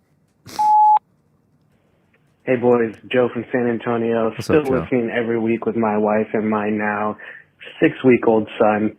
I will be going to Noche UFC this weekend, Sick. and I am so excited for that crazy main event. Oh, congrats. Quick question is, when my son was close to being born, my wife and I were having trouble deciding on names, and then we started thinking about figures that truly inspired us and had inspiring stories. So I was wondering, if y'all had a kid that you were going to name after a fighter that was inspiring, what fighter would you pick and why? Appreciate all the shows. Appreciate everything y'all do, man. Keep it going. Appreciate you. Thanks for listening. Thanks for the call. Enjoy Noche UFC this weekend. That's going to be sick. Congratulations. Fighters we would name our kids after. Yeah, congratulations on the kid as well. Ilia Topuria Burks. Ilia, middle name Topuria Burks. I feel like Anderson could be cool. Like Anderson's not bad. I like Anderson. Obviously, BJ Penn was my favorite fighter, but like I could have had like if I named any of my kids with a B, they're BJ by initials anyway. It's got to be tough because you got to like make it not too obvious. Like you can't name someone like Poirier, Connor Burks the second, Junior. So if I had a junior, would I start going by senior? Yeah, but then also it has to be CONOR. Yeah. So then it can't be junior. Yeah. Guram? Marab? I don't know. I feel like wait, am I crazy? Isn't Paul Craig's daughter in some way named hold on one second. Name my kid Craig? Hold on, doing some research here. All right, we got crack researcher over here, Eric Jackman. working through it. Frank, who are you naming your kid after? Goddard? Goddard Lenz? Yes. Goddard. Paul Craig has a daughter, one of them named Maya, after Damian Maya. Wow. Yeah. Wow. There's your That guy is a there. fucking fighter through and through. Like, legit. That's crazy. That's crazy. All right. Buffer. Oh. Yeah. Bruce ain't bad. What up, boys in the back? It's Matthew from What's up, SA, Matthew? feeling a little under the weather, but it's okay because football starts today. So you got the Cowboys and Eagles. So I was just curious, with all this football talk recently, what do you think y'all's 40-yard dash times would be, and would you rank y'all's 1 through 5 between you, Connor, Eric, Jordan, Mysterious Frank, and Ariel?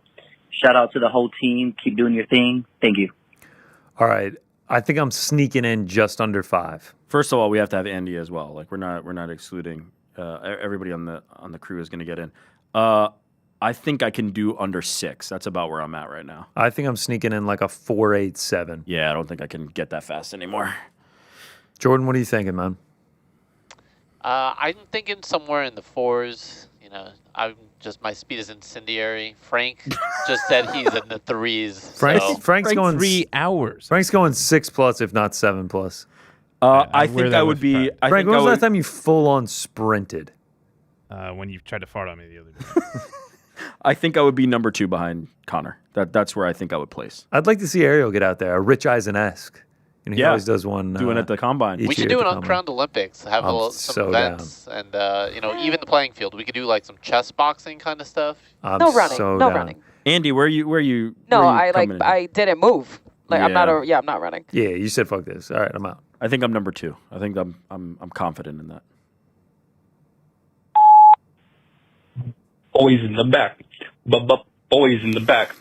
What's up, guys? I'm Lincoln, first-time caller, long-time listener. Shout out. Calling What's up, out of Lincoln? Pittsburgh, Pennsylvania. Oh, let's go Pittsburgh. No, shout out you, GC, I missed because you it. I are knew the he was gonna man. do it. I knew he was Love gonna you do guys. it. Anyways, I just finished listening to your show today, like a couple minutes ago, and Rick was talking about how you can kind of do anything. You don't really. Oh wow, I'm like nervous. Shit. Anyway, don't be tough. Rick was talking about how you can use your major for pretty much, like, you don't have to use your major. You can pretty much go anywhere. He studied marketing, but he ended up at Ariel. We all know the famous email story about how he, like, emailed Ariel, and he ended up doing that. But it just made me wonder, like, I was curious what the rest of people studied, and if they are using their major, or if they've gone a different route. And if they ended up going a different route, how exactly they went about that. Like me, for example, I'm studying physical therapy. Probably going to do that, but we'll see what happens. But I'm just wondering if I wanted to, end up like you guys or doing something else, like how I would even go about that. Like, I don't know how I would end up being working a different job with a major like this. So I'm just curious what you guys' experiences were. Thanks. Love you guys. Peace. Love you, brother. Shout out to Pittsburgh. I actually am using my degree. I got a degree in sports journalism with a sports media certificate. Studied this, and there was classes where we would go to a football stadium on Fridays, a high school football stadium, and put on a broadcast. And then there was a thing called Sports Source where you would do a Sports Center mock as well. My internships were with the CW, with 680 The Fan in Atlanta, like a sports radio station. And then my job before this was at ESPN Radio. So you kind of followed a clear path. This was something I've always kind of wanted to be in ever since I got into college. I feel like the rest of the back probably did a similar thing where they did follow their degrees. But tell me. Yeah, I did mine. What did you major in, Andy? TV production, radio TV production. So yeah, I'm doing exactly what I went to school. What about you, Frank? I feel like your trajectory is a little bit different because you were so heavy on the audio side. That's right. Did you go to school for? I went to school for math, then I went back to school for audio engineering. All right, that still counts in my book, though.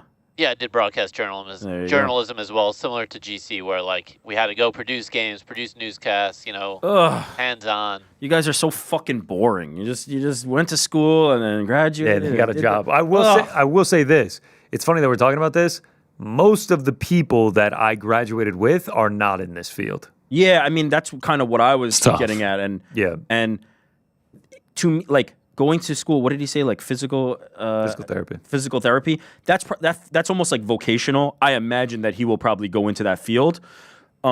If you are essentially the message that I was trying to get across last time, and I'll reiterate, is not necessarily like you should go do something different than your degree. It's more the fact that skills translate. As long as you have a degree, or as long as you are studying, as long as you have a skill set in something that can be applied to anything else, you can find your way down that path. That's kind of what I'm advocating for. So like develop a skill set that makes you able to transition to other things. So if you can utilize the skills that you were developing in your physical therapy degree to do something else related to that, maybe you become a team trainer for a sports organization or something like that, that's the path I would suggest going down, is making sure that your skills translate across other things.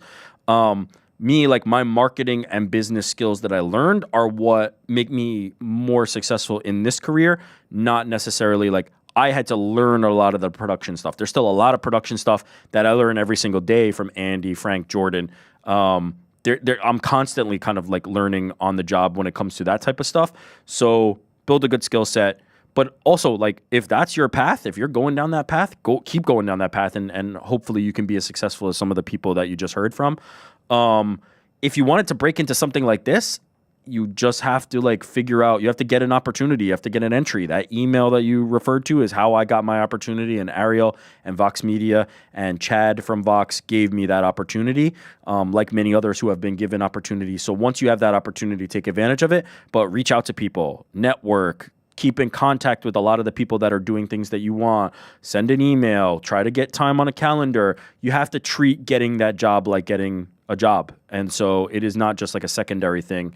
But yeah, good luck to you, and hopefully you utilize that degree and put it to use, and it was worth the money that you spent to go to school, because education is expensive as a motherfucker. What's up, boys in the back? It's Nico calling again from Miami, up, Florida. I just wanted to say I am the dude in the Strava group that runs at University of Miami. Stud. I'll be getting all Stud. my teammates on the show, on the boys in the back. Yes, sir. On all the uncrowned programming. So I just wanted to thank you guys for giving us some good entertainment. Oh no, thank you Wanted to give for listening. GC a shout out for his 48-minute 10K. Let's go. Got to get that sub 45 on race day. I know he's got it. Yes, sir. But just wanted to say thanks for you guys putting on such a great show every day.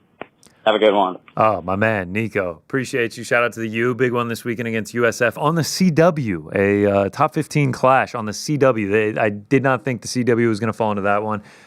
Nico puts up insane miles. Shout out to the Strava group. This Strava group is like taking over. Oh, people love it, man. I'm telling you. Join up, man. I'm telling you. There'd be a massive pop for a New York Rick post getting in there. Plus, we get you out on the streets.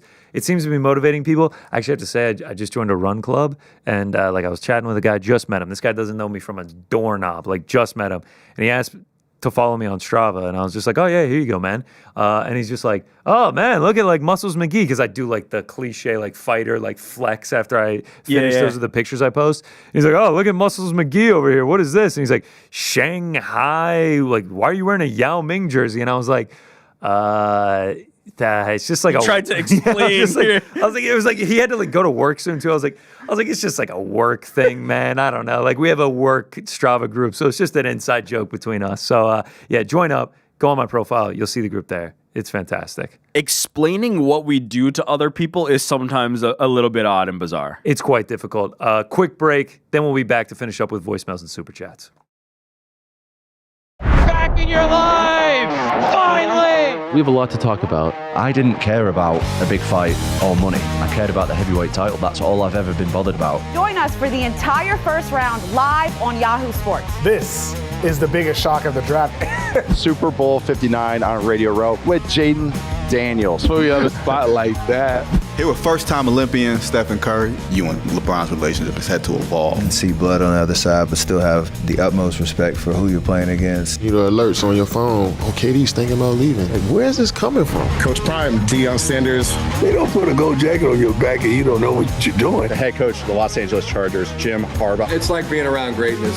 How does that feel when you hear that? Shedeur Sanders, future NFL quarterback. You're the first one I ever hear say that. That's wild. But I'm thankful. and they're going to be here for a long time. Now to a fun part of today's program. Like, I literally went to college with Chris Paul. Like, he's still in the NBA. He could not hit another home run all year. It'd be a great season. Yes, correct. I got to make an admission first, A-Rod. Oh, God. I grew up a Boston Red Sox fan. I knew that. I used to hate you. I've gotten to a point where I can smell you guys. And I think winning with the Buccaneers put him at a completely different level. He has the greatest resume of any quarterback in football history. They have a chance to get to the Eastern Conference Finals and win it. The realist in me says that ain't happening at all. I don't want to treat you like a regular journalist because I feel like me and you have a Yes, no, I good appreciate relationship. I would put Travis Hunter in that same category as those two players. The difference between he and Rome Odunze, Travis Hunter is just a special athlete. I actually think this is a smart decision by them. This is what we're going to bring in. This is who we are. This is the style that we're doing. And it was a long, beautiful conversation. What a fun interview, Nate. Hey, thanks, Coach. You not like all talked out after talking to people for so long? This is my life. Okay. I could do this for 8 hours. Got it. Wow. All right, Frankie, what other voicemails we got? What's up, guys? It's Daniel from Chicago. What's up, Dan? This one's for GC. I just wanted to know, as what's your opinion as an Atlanta native? What's your favorite ATL rappers are? Are you a Gucci Mane guy? Future? Let me know. Yeah. By the way, that's Daniel who broke the. Oh, shut LFA up. news. Legend. Friday night, we get to see the hens come to roost, the chickens come to roost on that one. Favorite Atlanta rappers, Young Thug has to be up there. The Migos in their heyday have to be up there. Is this in order, or are we just kind of doing like these are general? Like yeah, top these are 5-ish? general. Obviously, you got to love Gucci. You got to love T.I. You got to love Ludacris. Like, all these dudes had bangers. Like, there's just... Outkast? Love Outkast. Like these are guys that, like, off the top of my head, I mean, Future is probably my one. Future and Young Thug is 2, just because, like, in 2004, when, like, the scene was as hot as could be, like, I was like 9. My parents weren't allowing me to rip rap music. So, like, when I was really listening to rap at its peak, it was in Atlanta. It was Future, Young Thug. Migos had that run from like 2014 to like 2018 where, like, they were untouchable with, like, the Bad and Bougie and everything like that. But if I had to go top, I would go Future and Young Thug. I was at a Young Thug concert one time, and Gucci had just gotten out of jail, and Gucci surprised the audience, and, like, I thought the place was about to cave in. It wasn't like a big arena. It was like a tiny, intimate venue, and, like, Young Thug brought out Migos and then Gucci, and they were all on the stage together, and I legit thought the place was about to cave in. I love that. Hey, guys. Long-time listener, first-time caller. Love the show. By the way, that on-air Jordan is very handsome. Anyway, I'm assuming you've seen that video of the Phillies Karen. I'm pretty curious of your take on it. My thoughts are, what an actual moron to march over to a man and his family in a costume for a ball that you assume is yours, A. And B, I would have loved to have been in the stadium myself just to boo her to her face, because I'm not going to do it on the internet and troll her. And lastly, anyone who agrees with her has got to be an idiot. But curious of your thoughts on that. Anyway, toodles. Maybe a little harsh on the Phillies girl there. You've seen the clip? I've seen it. I agree in a sense. Like, it's obviously her fault. Like, the ball needs to go to the kid. But, like, in my opinion, I was talking about this with my friends who feel strongly about this same thing. They're, like, tweeting it. They're just like, Karen, bitch. I'm just like, all right.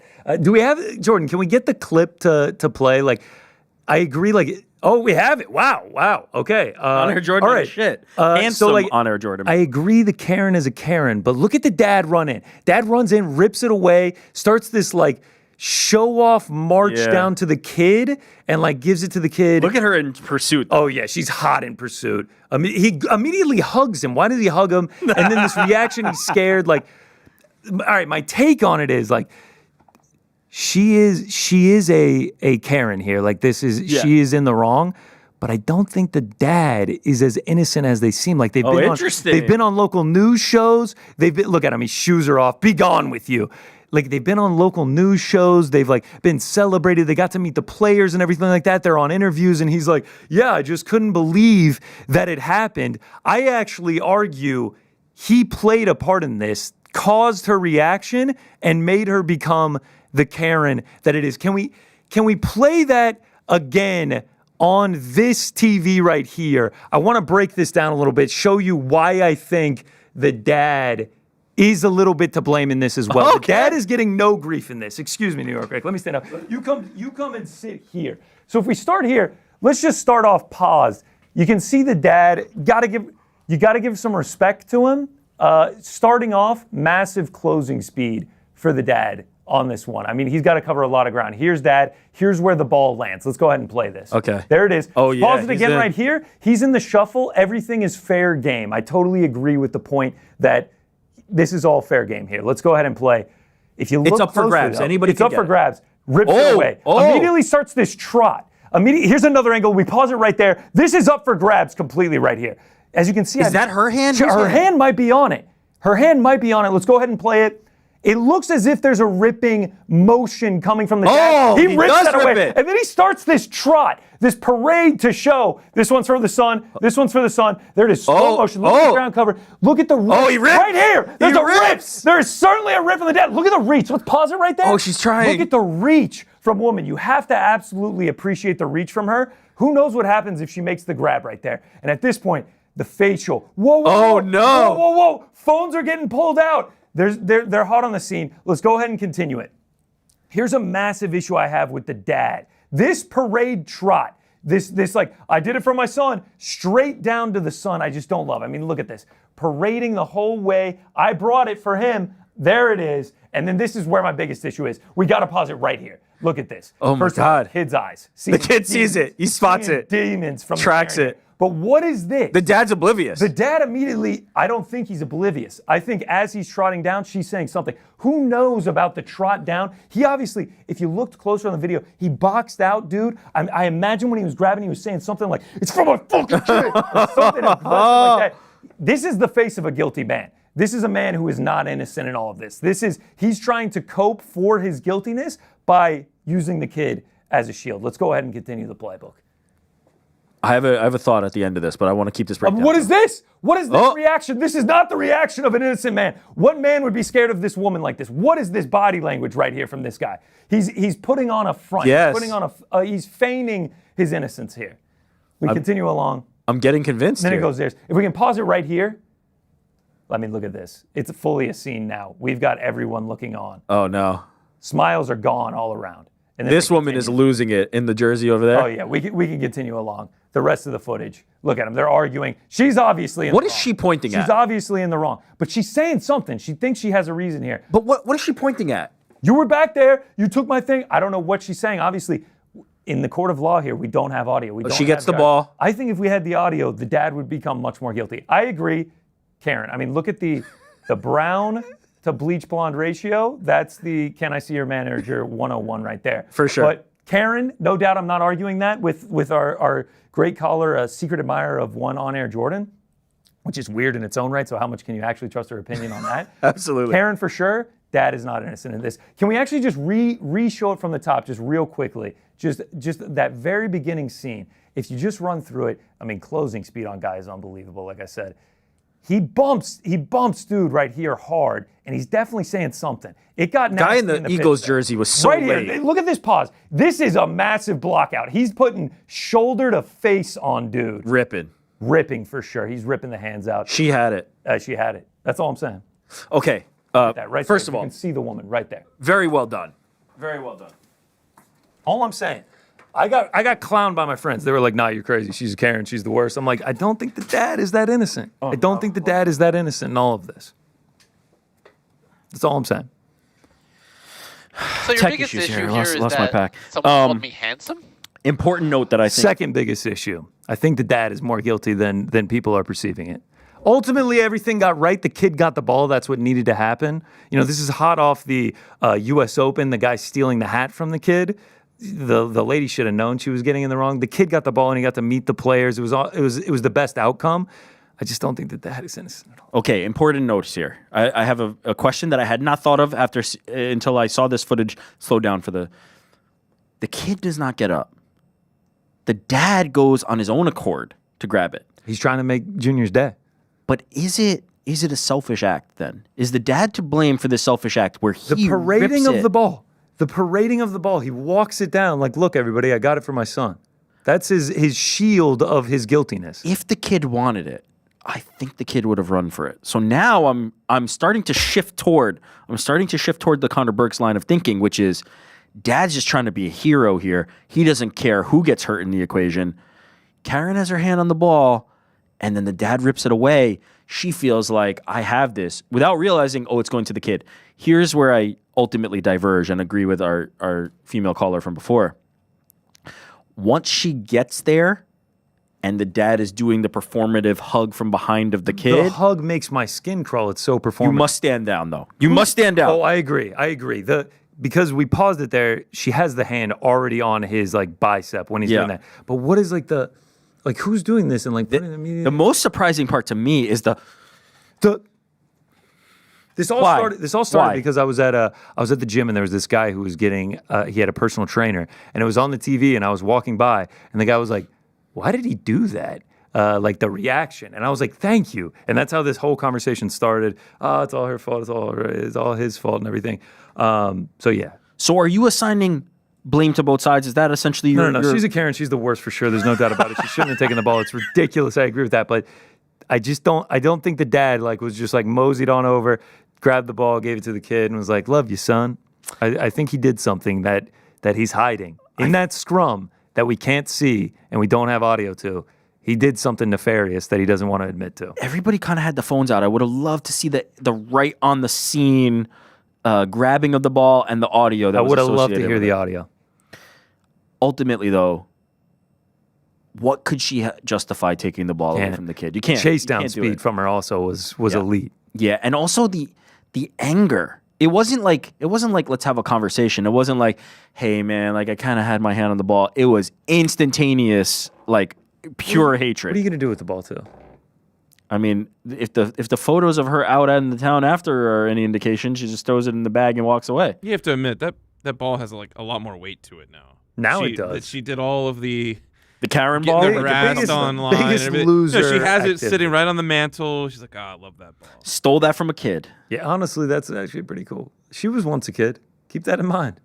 But she's not anymore. She was once a kid, man. Still a kid at heart. Is it possible? I feel like we haven't heard from her, right? I've seen fake kind of. Well, we've heard from the dad. The dad's been on a full media tour. I mean, this is Captain America right here, getting the ball for his son. My favorite meme is the. I'm just saying he's not the one where she turns into Schmeagol. There's been unbelievable. Look at that. Unbelievable memes that come out. He has to admit it's a cool character. Look at that. He's all happy. I did not say it was a cool character. It is not a cool character. What's up, boys? It's Harry from Long Island. Fuck you, GC. Anyways, wanted to give a shout out to Frank. Oh wow, this is absolutely correct. Daft Punk is the #1 thing to come out of France. Based. That wasn't the list. And if you didn't believe him, that wasn't the over here watching the UFC Paris, and in the arena they had been playing Daft Punk. Yeah. Choke on that one, GC. New York Rick, what do you even do? Yeah, what are you going to do? What the fuck? New York Rick? No, he said, what do I even do? What do you even do? No, yo, I like that. What the what's fuck? up, boys in the back? My name is Adrian. I go by Dree, like A-Dree-N, right, Dree. Anyways, I love your guys' show, and I'm a huge fan. I watch every single week to the point that I annoy my girlfriend by making her watch clips of it because I have no one else to talk to about UFC stuff. I watch Ariel Helwani every single day, pretty much religiously.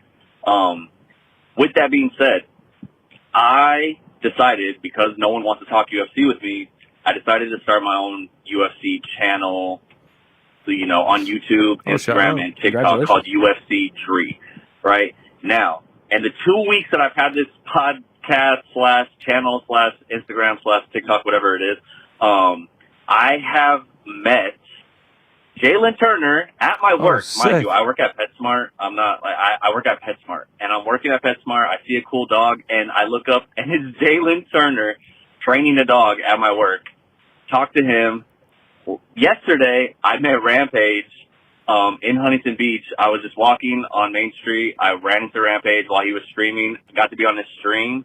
I also had Chase Super retweet one of my things. It's just crazy, dude. It's he was on the insane. kick stream of Rampage. But my question is, all right, yesterday I met Rampage on his stream.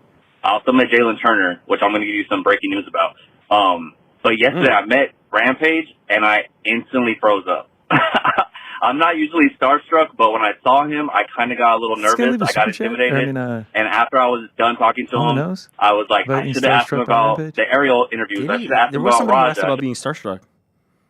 I should have said anything else besides just being like, "You're so cool, guy. Wow, hello, hi, you're so cool." And it was, it was terrible. So I wanted to ask you guys: have you guys ever met a celebrity or a person that you guys maybe it was starstruck by? And you're this was the question before. Like, damn, I wish I would have asked him this. I wish I would have said this, but you didn't. Also, on the Jalen Turner thing, I talked to him, and he told me I wasn't supposed to say anything, but I'm gonna tell you guys because You're telling we're everyone. all friends here. He told me that he's returning to fight in November.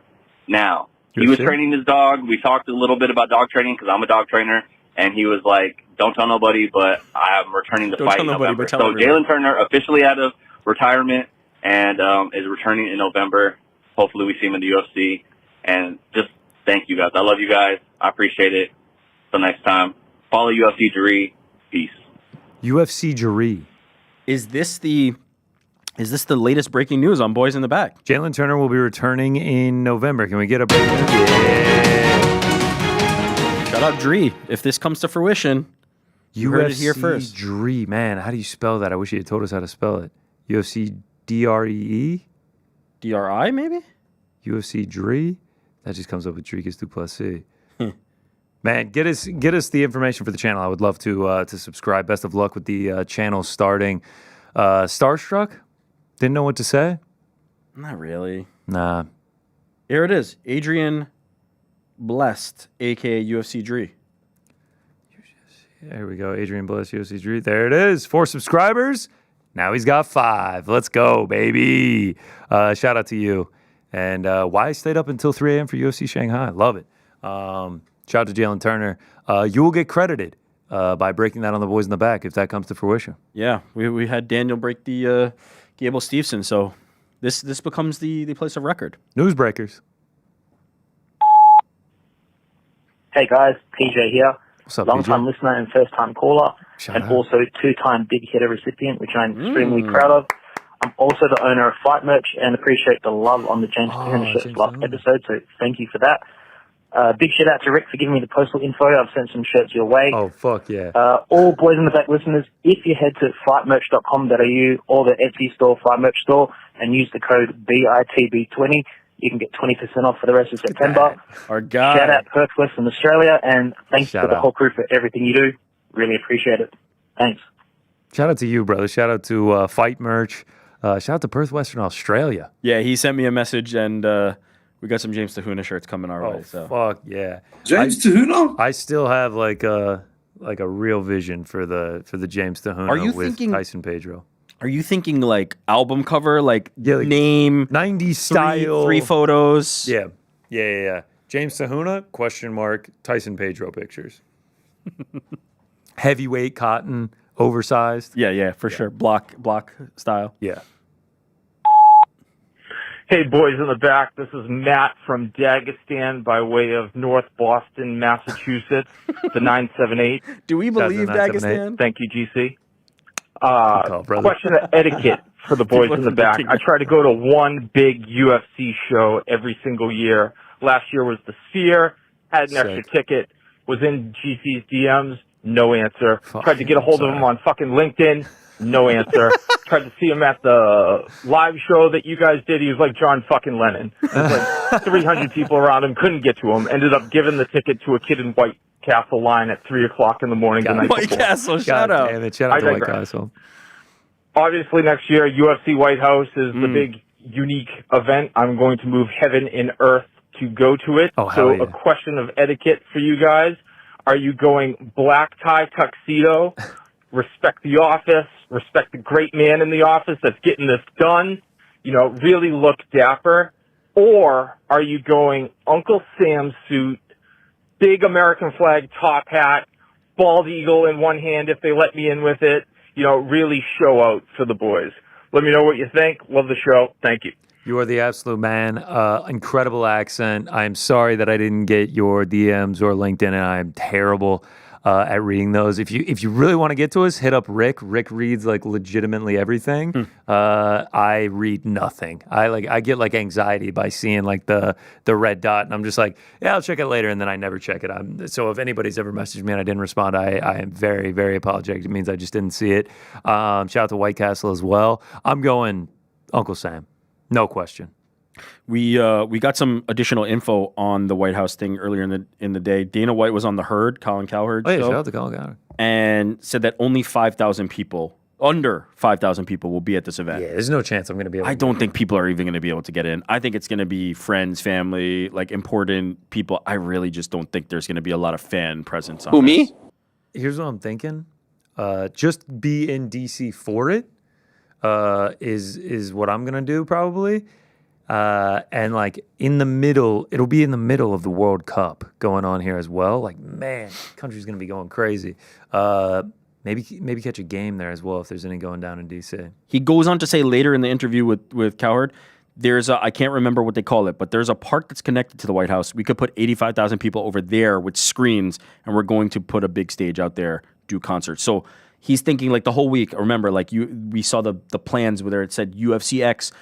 It's going to be around and not necessarily the White House lawn, but it seems like getting on the actual lawn for the event is going to be extremely exclusive. I can't imagine that there's going to be many fans, if any. Yeah, there's going to be there's a park near there. Put up some screens, bro. Might be the Washington Mall that he's referring to. Yeah, probably. God, if fans got to go, though, what an experience that would be. If you could get into that event. Are they really going to be warming up in the Lincoln bedroom? Yeah. Crazy. Oval Office, just getting your hands wrapped. Crazy. Yeah, they're gonna have Cutman Tate in there, and they're gonna be reaching on the chair, over the desk with their hand over the button. Double beep. Boys in the back, what's up? It's Andreas calling from Portland, Maine. Hey, shout out Portland, Maine. I wanted to ask you guys about how you approach fight analysis. So GC, for you, that would be for betting purposes. Are you mostly looking at stats? Where do you go for that kind of stuff? Is it typology? Do you look at any tape? How do you approach that? And for Rick, when looking at fight analysis, how do you approach that in terms of storytelling? What kinds of things are you looking for? How do you frame a narrative? That kind of stuff. Frank, I want to know, what do you prefer? Lateralis, 10,000 Days, or Fear Inoculum? And that's it. Thanks. Shout out to shout outs. Shout out, brother. For me, yeah, a lot of typology, a lot of UFC stats, a lot of looking back on brief highlights. I used to watch way more tape. Like 2022 was like my peak of watching tape, and that was the best year I had betting. I mean, if you're going to get really serious in UFC betting, like you're gonna need to crunch tapes and also listen to people that are smarter than you. But yeah, a lot of just looking back, watching highlights, remembering, because at this point now I've watched all their recent fights. So yeah. But if you want to get good, crunch the tape. I used to, like you, I used to watch a lot more tape, especially in like the heyday of when I was betting. Now, as you said, like we kind of watch every event, so I've got like a recent catalog from memory. Storylines, like I don't put too much stuff. I wouldn't consider that fight analysis. I consider that more like promotional analysis. As far as the fight analysis goes, like I'm kind of just looking for patterns. I'm looking for style matchups. I'm looking for things that like I think will stand out and be an important factor in the fight. And then I'm just comparing that to the betting line. You know, if I get plus EV on something, that's usually when I'll jump in. But I'm kind of gun shy these days, if I'm being completely honest. I'm not as big a bettor as I used to be. But yeah, like styles make fights, and I tend to just look at like whose style I think is going to be dominant and what opportunities are there for each person, and then assign some kind of percentage value to that. Look at the odds, see what the implied odds on that are, and then go from there. But yeah, we watch a lot of fights, so like the crunching of tape is the best way to go and useful. But I have so much knowledge of the last like couple of fights for most of these guys that I don't go back to that super often. And to answer your question, Lateralis is goated for me. Strictly the best. I feel that Fear Inoculum is great. It's like more of Adams kind of album. Lateralis I feel like is a Danny Carey type album, and then 10,000 Days with the passing of Maynard's mom and all of that. Like, it's like his album. So it's good that you pointed out those three. The guitar work, though, on Fear Inoculum is just amazing. Chef's kiss. What up, boys? Brett up, from man? Nebraska. Oh, my guy. Shout out Nick Mullins. Oh, shout out to Nick Mullins. 3 things. Listen to One, this. Connor. Do you know the score? Hope you listen to me. Hope you took Nebraska plus 34.5. Minus 34.5. Game ended 68-0. That's what we call it. Right, No he sweat. said he was worth like 2 But, touchdowns. you know, in Yeah, addition. they beat the shit out of them. Great call, Brett. You keep betting those sub props. Number 2, just in case you didn't take Nebraska, I've got another winner for you this weekend, Saturday. Southern Miss. They're currently a slight underdog. Probably going to be about even by the time you hear this. Free money. Finally, number 3, I've got a 4-hour bus ride to our high school football game. I coach. 4 hours there, 4 hours back on Friday. What's the play? What movie am I watching? What am I listening to other than, of course, this podcast? Appreciate you guys. Shout out Frank. See ya. Yeah, at that point, shout out to Brett, by the way. A dead ringer on that, minus 34.5, 168-0. He called it. He was there. Also, shout out to Nick Mullins, legend. Are you going to take his bet for this week? Yeah, Miss State, I guess. Money line, he said? Yeah. I guess he was saying it's going to be close to even by now. Yeah. Do we start a Brett from Nebraska ladder challenge to try to turn $100 into $10K? What's he doing on a? He's got 8 hours to cover, 4 hours each way. Team must be good if they're traveling 4 hours to play. Also, we talking head coach, assistant coach, wide receivers coach. I've been really engrossed in the Kawhi Leonard Clippers storyline, the Pablo Torre finds out reporting. So if you haven't dug in on that, and you are obviously a huge sports fan, listen to some of those. There's the initial podcast that Pablo did where he spoke to Amin Al-Hassan and... Oh my God! Friend of the program, David Sampson. David Sampson, Hey, shout out to him. about who I absolutely adore. He's fantastic. About the revelation that Kawhi was getting paid by this organization that was a fraud, and whether the Clippers were linked to it or not. There was a follow-up pod where he interviewed Mark Cuban about that, and Cuban vehemently defending Steve Ballmer and saying he couldn't have been involved. There was a follow-up that came out this morning where there was some additional reporting. There were more payments made. There was additional money put in by the vice chairman of the Clippers. It is a saga and a half. It's quite good. That'll kill a good 6 hours for you. You could also watch the first third of like a Lord of the Rings movie if you wanted to kill that whole 8 hours of time. What else? Lord of the Rings ain't a bad call. It depends on which we're watching on, though. It's a little disrespectful to the trilogy to watch it on like an iPad or something like that. Yeah, the Kawhi Leonard's not bad. Frankie, what are you tuning into? Maybe a little true crime? Yeah, some true crime. Okay. Always a man. Watch the challenge. Watch our boy Ben the Bane Davis. Yeah, shout out.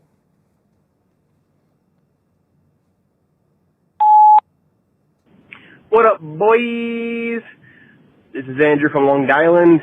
What's up, Drew? Shout out. Big shout out Long Island. Shout out Long Island. Don't know what y'all's beef is with Long Island, but Yeah, it's a it's fucking dump. alright. I mean, Guy's a two D1 people, Glazer, bro. It's alright. It's a dump. Shout out GC. Shout out Rick. Shout out Frank. Shout out Also, not all of us hate Andy. Long Island. I love Long Island. I have enough hate for it in my heart that Just was wondering what you guys thought. With the rise of AI, how do you think MMA is going to be changed? Specifically, how do you think the UFC will take on AI, potentially robot fighting? There was that one movie 10 or 20 years back or so. I'm sure Frankie knows it, but there was one movie where it was like fighting robots. I've always thought Real that Steel. UFC would eventually be like that. You guys think it's going to be more of like a slap fight thing, or yeah, just let me know what you think. On air, Jordan, don't worry. I didn't forget about you. Long Island strong, represent. Have a good one, guys. Appreciate all your time and help with everything. Long Island strong. Yeah, he's got that accent for sure. In Long Island, on Long Island? Yeah, it's on Long Island. In Manhattan, on Manhattan. You're I don't on know- it? I don't know the rules for Until that you're in one. a subway, but on then Long you're in Island. it. In Hawaii? On Hawaii? Boys in the back. What the What's up? fuck? Wait, Boys hold on, back. Frankie. Hold on. What was his question again? His question was AI. Oh, yeah, I don't know. No, they're not going to do fighting robots, man. That's not going to happen. I don't Maybe- imagine UFC will do fighting. Maybe judges. I don't think they're going to do much, man. Well, they partnered with Meta for some kind of thing. Yeah. So maybe they'll do something related to that, the rankings, obviously, and shit like that. But I do not think we will see fighting robots. No. Maybe Dana White goes into Robot Fight League or something. Do you think AI analysis? Oh, now Frankie wants to talk. He wants to, move on to the next call. Doesn't even want to say anything. So yeah, I was thinking analysis, right? Like you do a playback, you have the AI bot break it down. Was it a tap? Wasn't it a tap? So they're replacing Joe Rogan, is what you're saying. Was Goddard as, Iron Eagle eyed on that as it looked? The answer is yes, always. I ain't watching no clanker fight league. AI Rogan is kind of interesting, actually, Frankie. Not a bad shout. From the 615. Appreciate the shout out, GC. What's up, I'm boys? sorry, Just Frank. It wanted to started check in the in. middle. I know you Yeah, guys I fucked that didn't one up. I'm sorry, man. Boys in the back. What's up? It's your boy Zach from the 615. Yeah, shout out to 615. Appreciate the shout out, GC. What's up, boys? Just wanted to check in. I know you guys talked a lot before about bets that you were very comfortable in or bets that you lost that really hurt. But what were some locks you really felt like, going into the week that you felt really good about, and then the night of you were just like, damn, man, I missed that. For me, I know it's kind of there's a common ones, but Aljo versus O'Malley, Izzy versus Strickland, man, I just felt so confident in those. Oh, you're saying like man, you at the end thought of the it was a result, lock. I was just like, damn, where did I go wrong? But, hey, man, appreciate you guys. GC, your dog's coming into Knoxville this week. Gonna beat your ass. Hopefully we end the streak, Bubba. They won't. Go Vols. 8 straight years, all 8 wins by 14 plus. I was there in 2017 in Knoxville when they kicked off the streak. Pick on the first play. It was over from there, 41-0. Biggest home beatdown in Tennessee football history. We'll continue it this weekend. College game day there. It's going to be sick. Shout out. There's too many to count. I've blown so many parlays. I mean, shout out to Cody Law, Bellator, 281 is like a minus 2,500 favorite. Okay, but you didn't really feel that confident in Cody Law there. You were just I would take these guys at like minus 600 in Bellator, and then they'd close at like minus 10,000, and then they'd get beat 30-26. And I'm like, what the fuck? I mean, there's been so many. I was on Izzy against Strickland. I was like, he was like an anchor parlay piece for me. There's been so many, man. MMA, you say, where did I go wrong? MMA is just such a volatile sport, man. Like, not only can anything happen in a fight, but like, you don't know where these guys are at entering the fight. Yeah. Like, you just have no idea. There's so many variables when it comes down to it. Like, things can just go wrong. Like, I actually am very proud of myself for the last 4 years now. I actually celebrated the 4-year Annie. I got a Snapchat memory walking into Vox for the first time 4 years ago. Shout out. On Monday, I believe it was. 4 years of all 4 years being profitable in gambling on MMA, like, because it is such a volatile sport. It's not a team thing. It's a one-on-one. And like, bro, if it's not their night, it's not their night. Yeah, it is a difficult one. For me, the recent one for me that comes to mind is I was certain Anderson Silva was going to beat Jake Paul. Certain. Dead certain. Just completely whiffed. I was pretty certain Ming Yang Zhang was going to beat Johnny Walker. Yeah, that was like, this guy's going to walk through him. In Shanghai, this is a setup. Nope. I was wrong. Los chicos de atrás. Yeah. Los chicos de atrás. What it do, crew? Shout out Andy. Que tranza mi raza. How we doing? In honor of fight night, Noche, UFC. I got a couple quick questions. Rip them, brother. And statements, I guess. Eye pokes. They have to be penalized. Like, getting points for it now. After the MLR fight with Baraglio, dude eye poked him 3 times, and he's already known for eye pokes.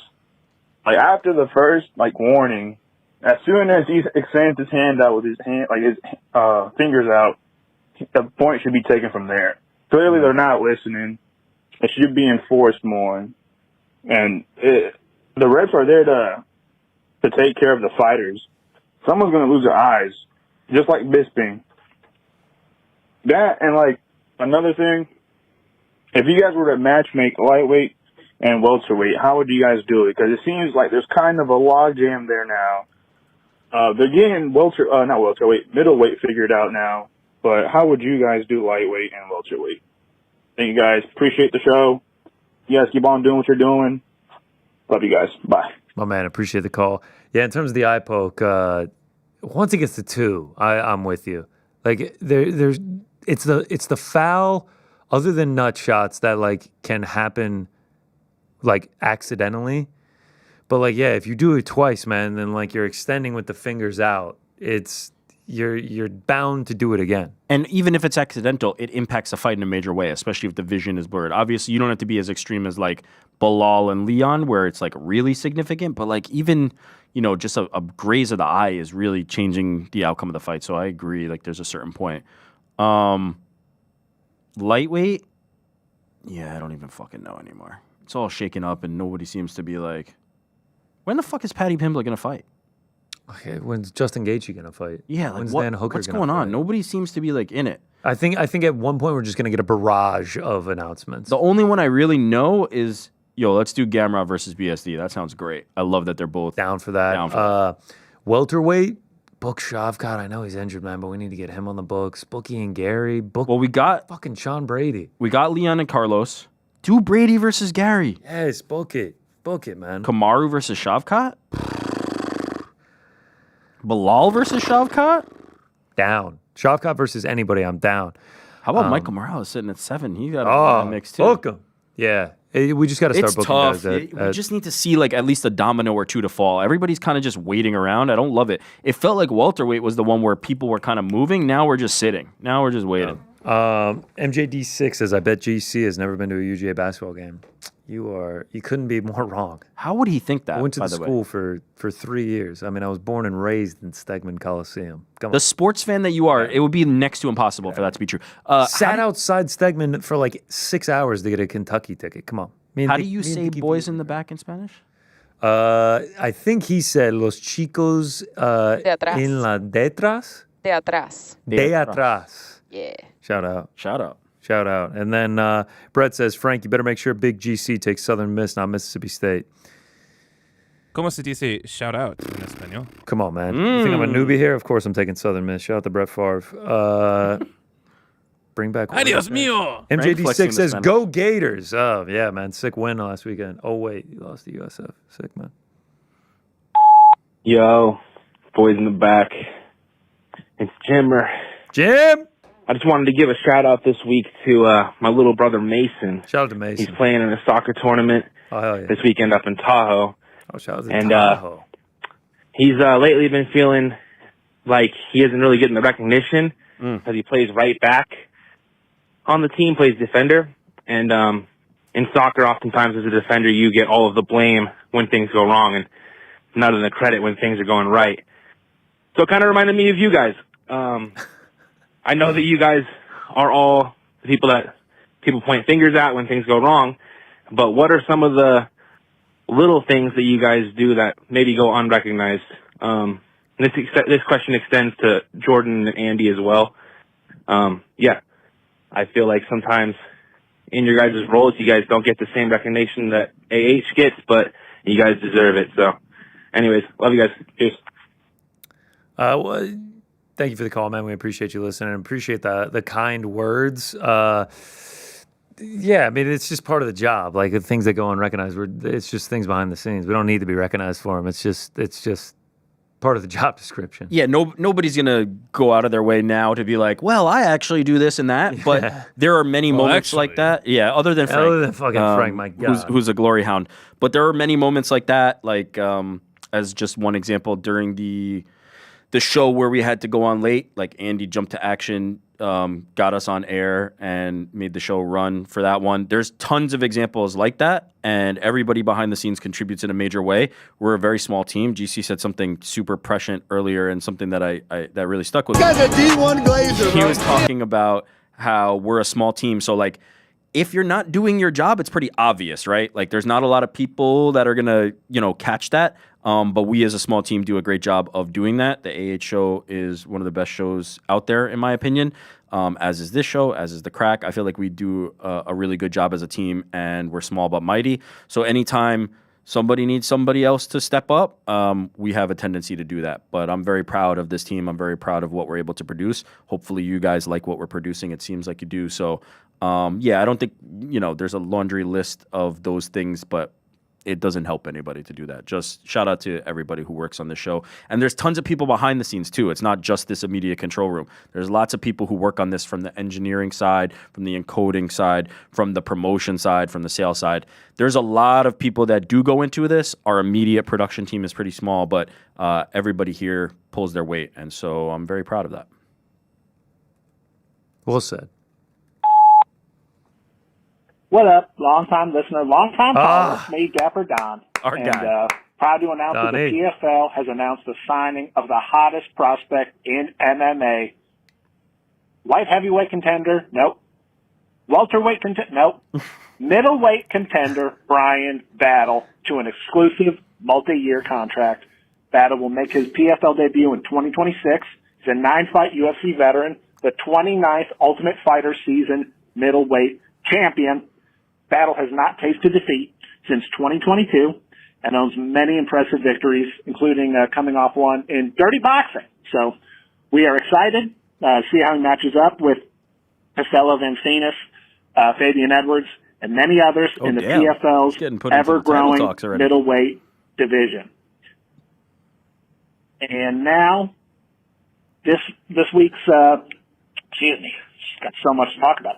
This week's Add Me Back Frank segment is sponsored by Fragile Express. Fragile Express is the finest delivery services in the continental United States central region. Fragile Express, your packages will always be handled with love. Frank, have you been playing the Metal Gear Solid 3 Snake Eater remaster? It's a lot of fun. It's pretty crazy to see it in the current generation systems graphics. Pretty much everything holds up for me, except, I don't know if you guys have HR at Uncrowned, but gee whiz, I am the HR. Looking at him. Snake would not get away with some of the stuff, I think, in today's day and age. The only thing that stood out to me, there was not HR back then, but boy did Snake certainly harass his coworkers on the codec. That poor paramedic. Anyway, let me know what you guys think about the game, if you have an HR department at Uncrowned, and how excited you are to see I am HR. middleweight, checking it again, middleweight, Brian Battle, make his PFL debut in 2026. Thanks. Take it easy. Oh, Donnie. Can't wait to watch him make his debut. Shout out Brian Battle. Hopefully he can get back on track, back on the mic, cut a mean promo. Shout out Metal Gear. My Metal favorite Gear Solid franchise. that's Rick's lane right there. Yeah. And He I was am speaking my HR. language. I am HR. I had several meetings with Frankie over the last few months. Frankie, are you playing Snake Eater Remaster? No, I'm saving that for a rainy day. Okay. Saving everything for a rainy day, man. What if a rainy day never comes? Is it a threat? It's fucked up, man. I'll see you in HR tomorrow.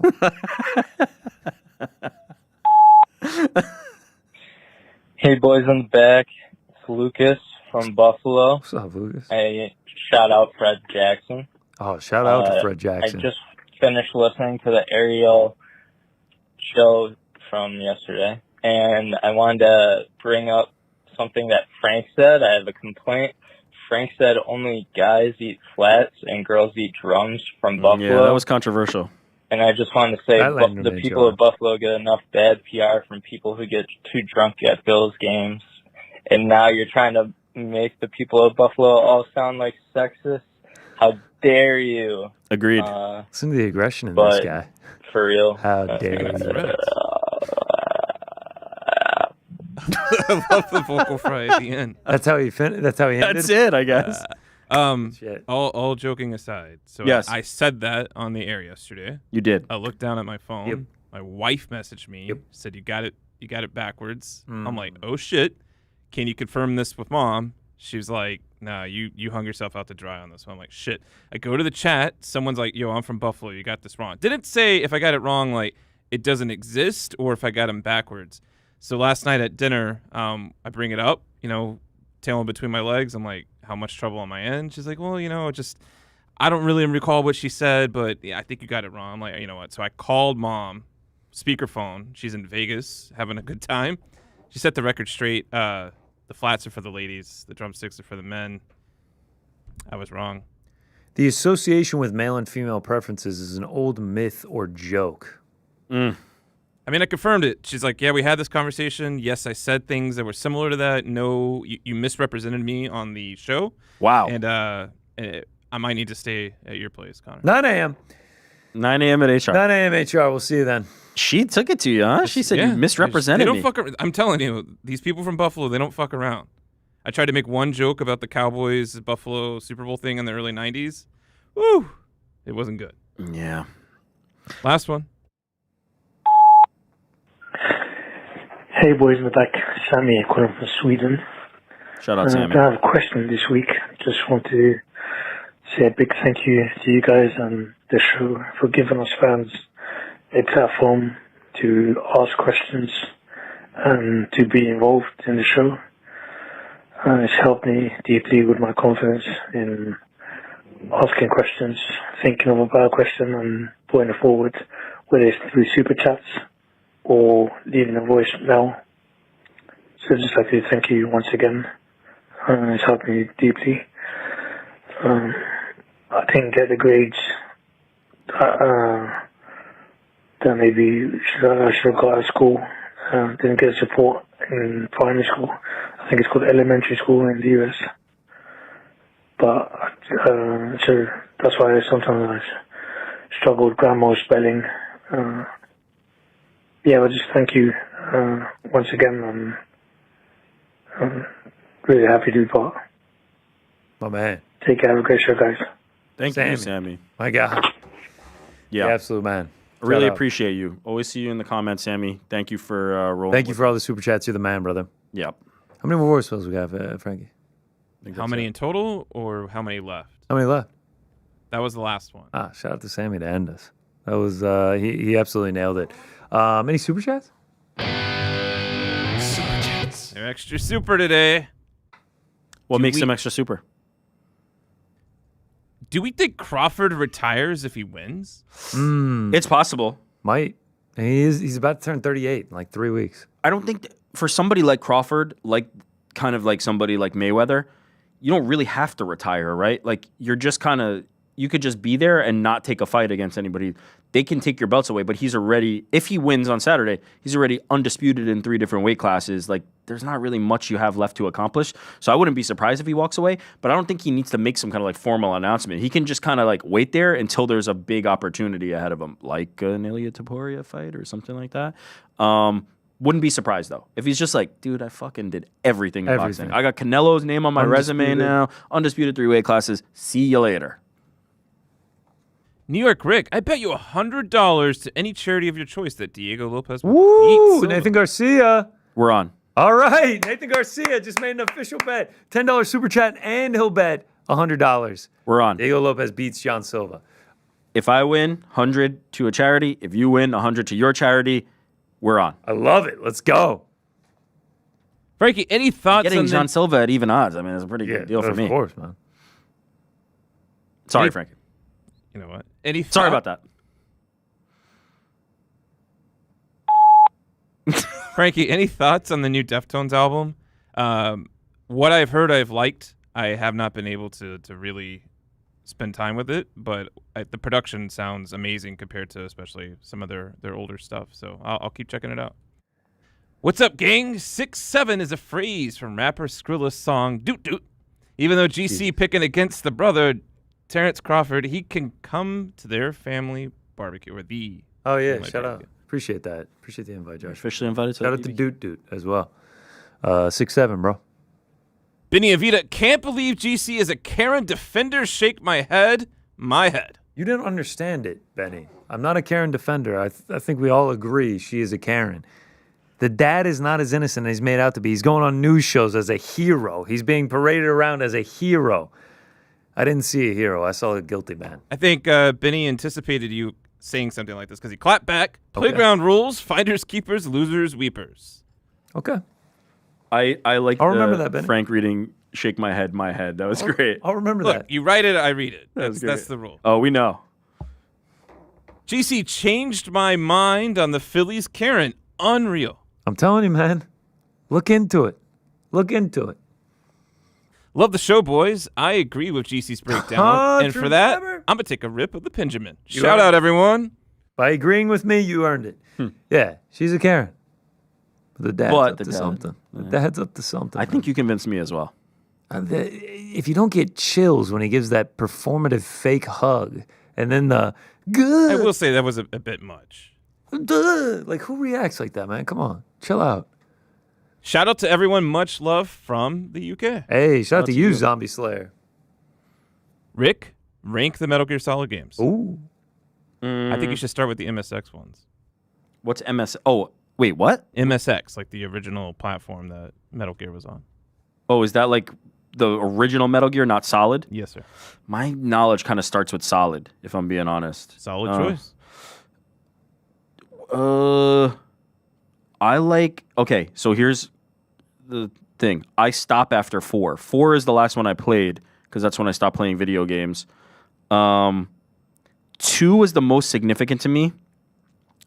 I know Raiden is kind of a controversial character. People didn't really like that they switched from Snake, but I really enjoyed it. Snake Eater is probably the best one, so I'll go 3, 1, 2. No, 4? I don't remember if I even liked 4. Jesus Christ, it's been a minute. We'll go 3, 1, 2, 4.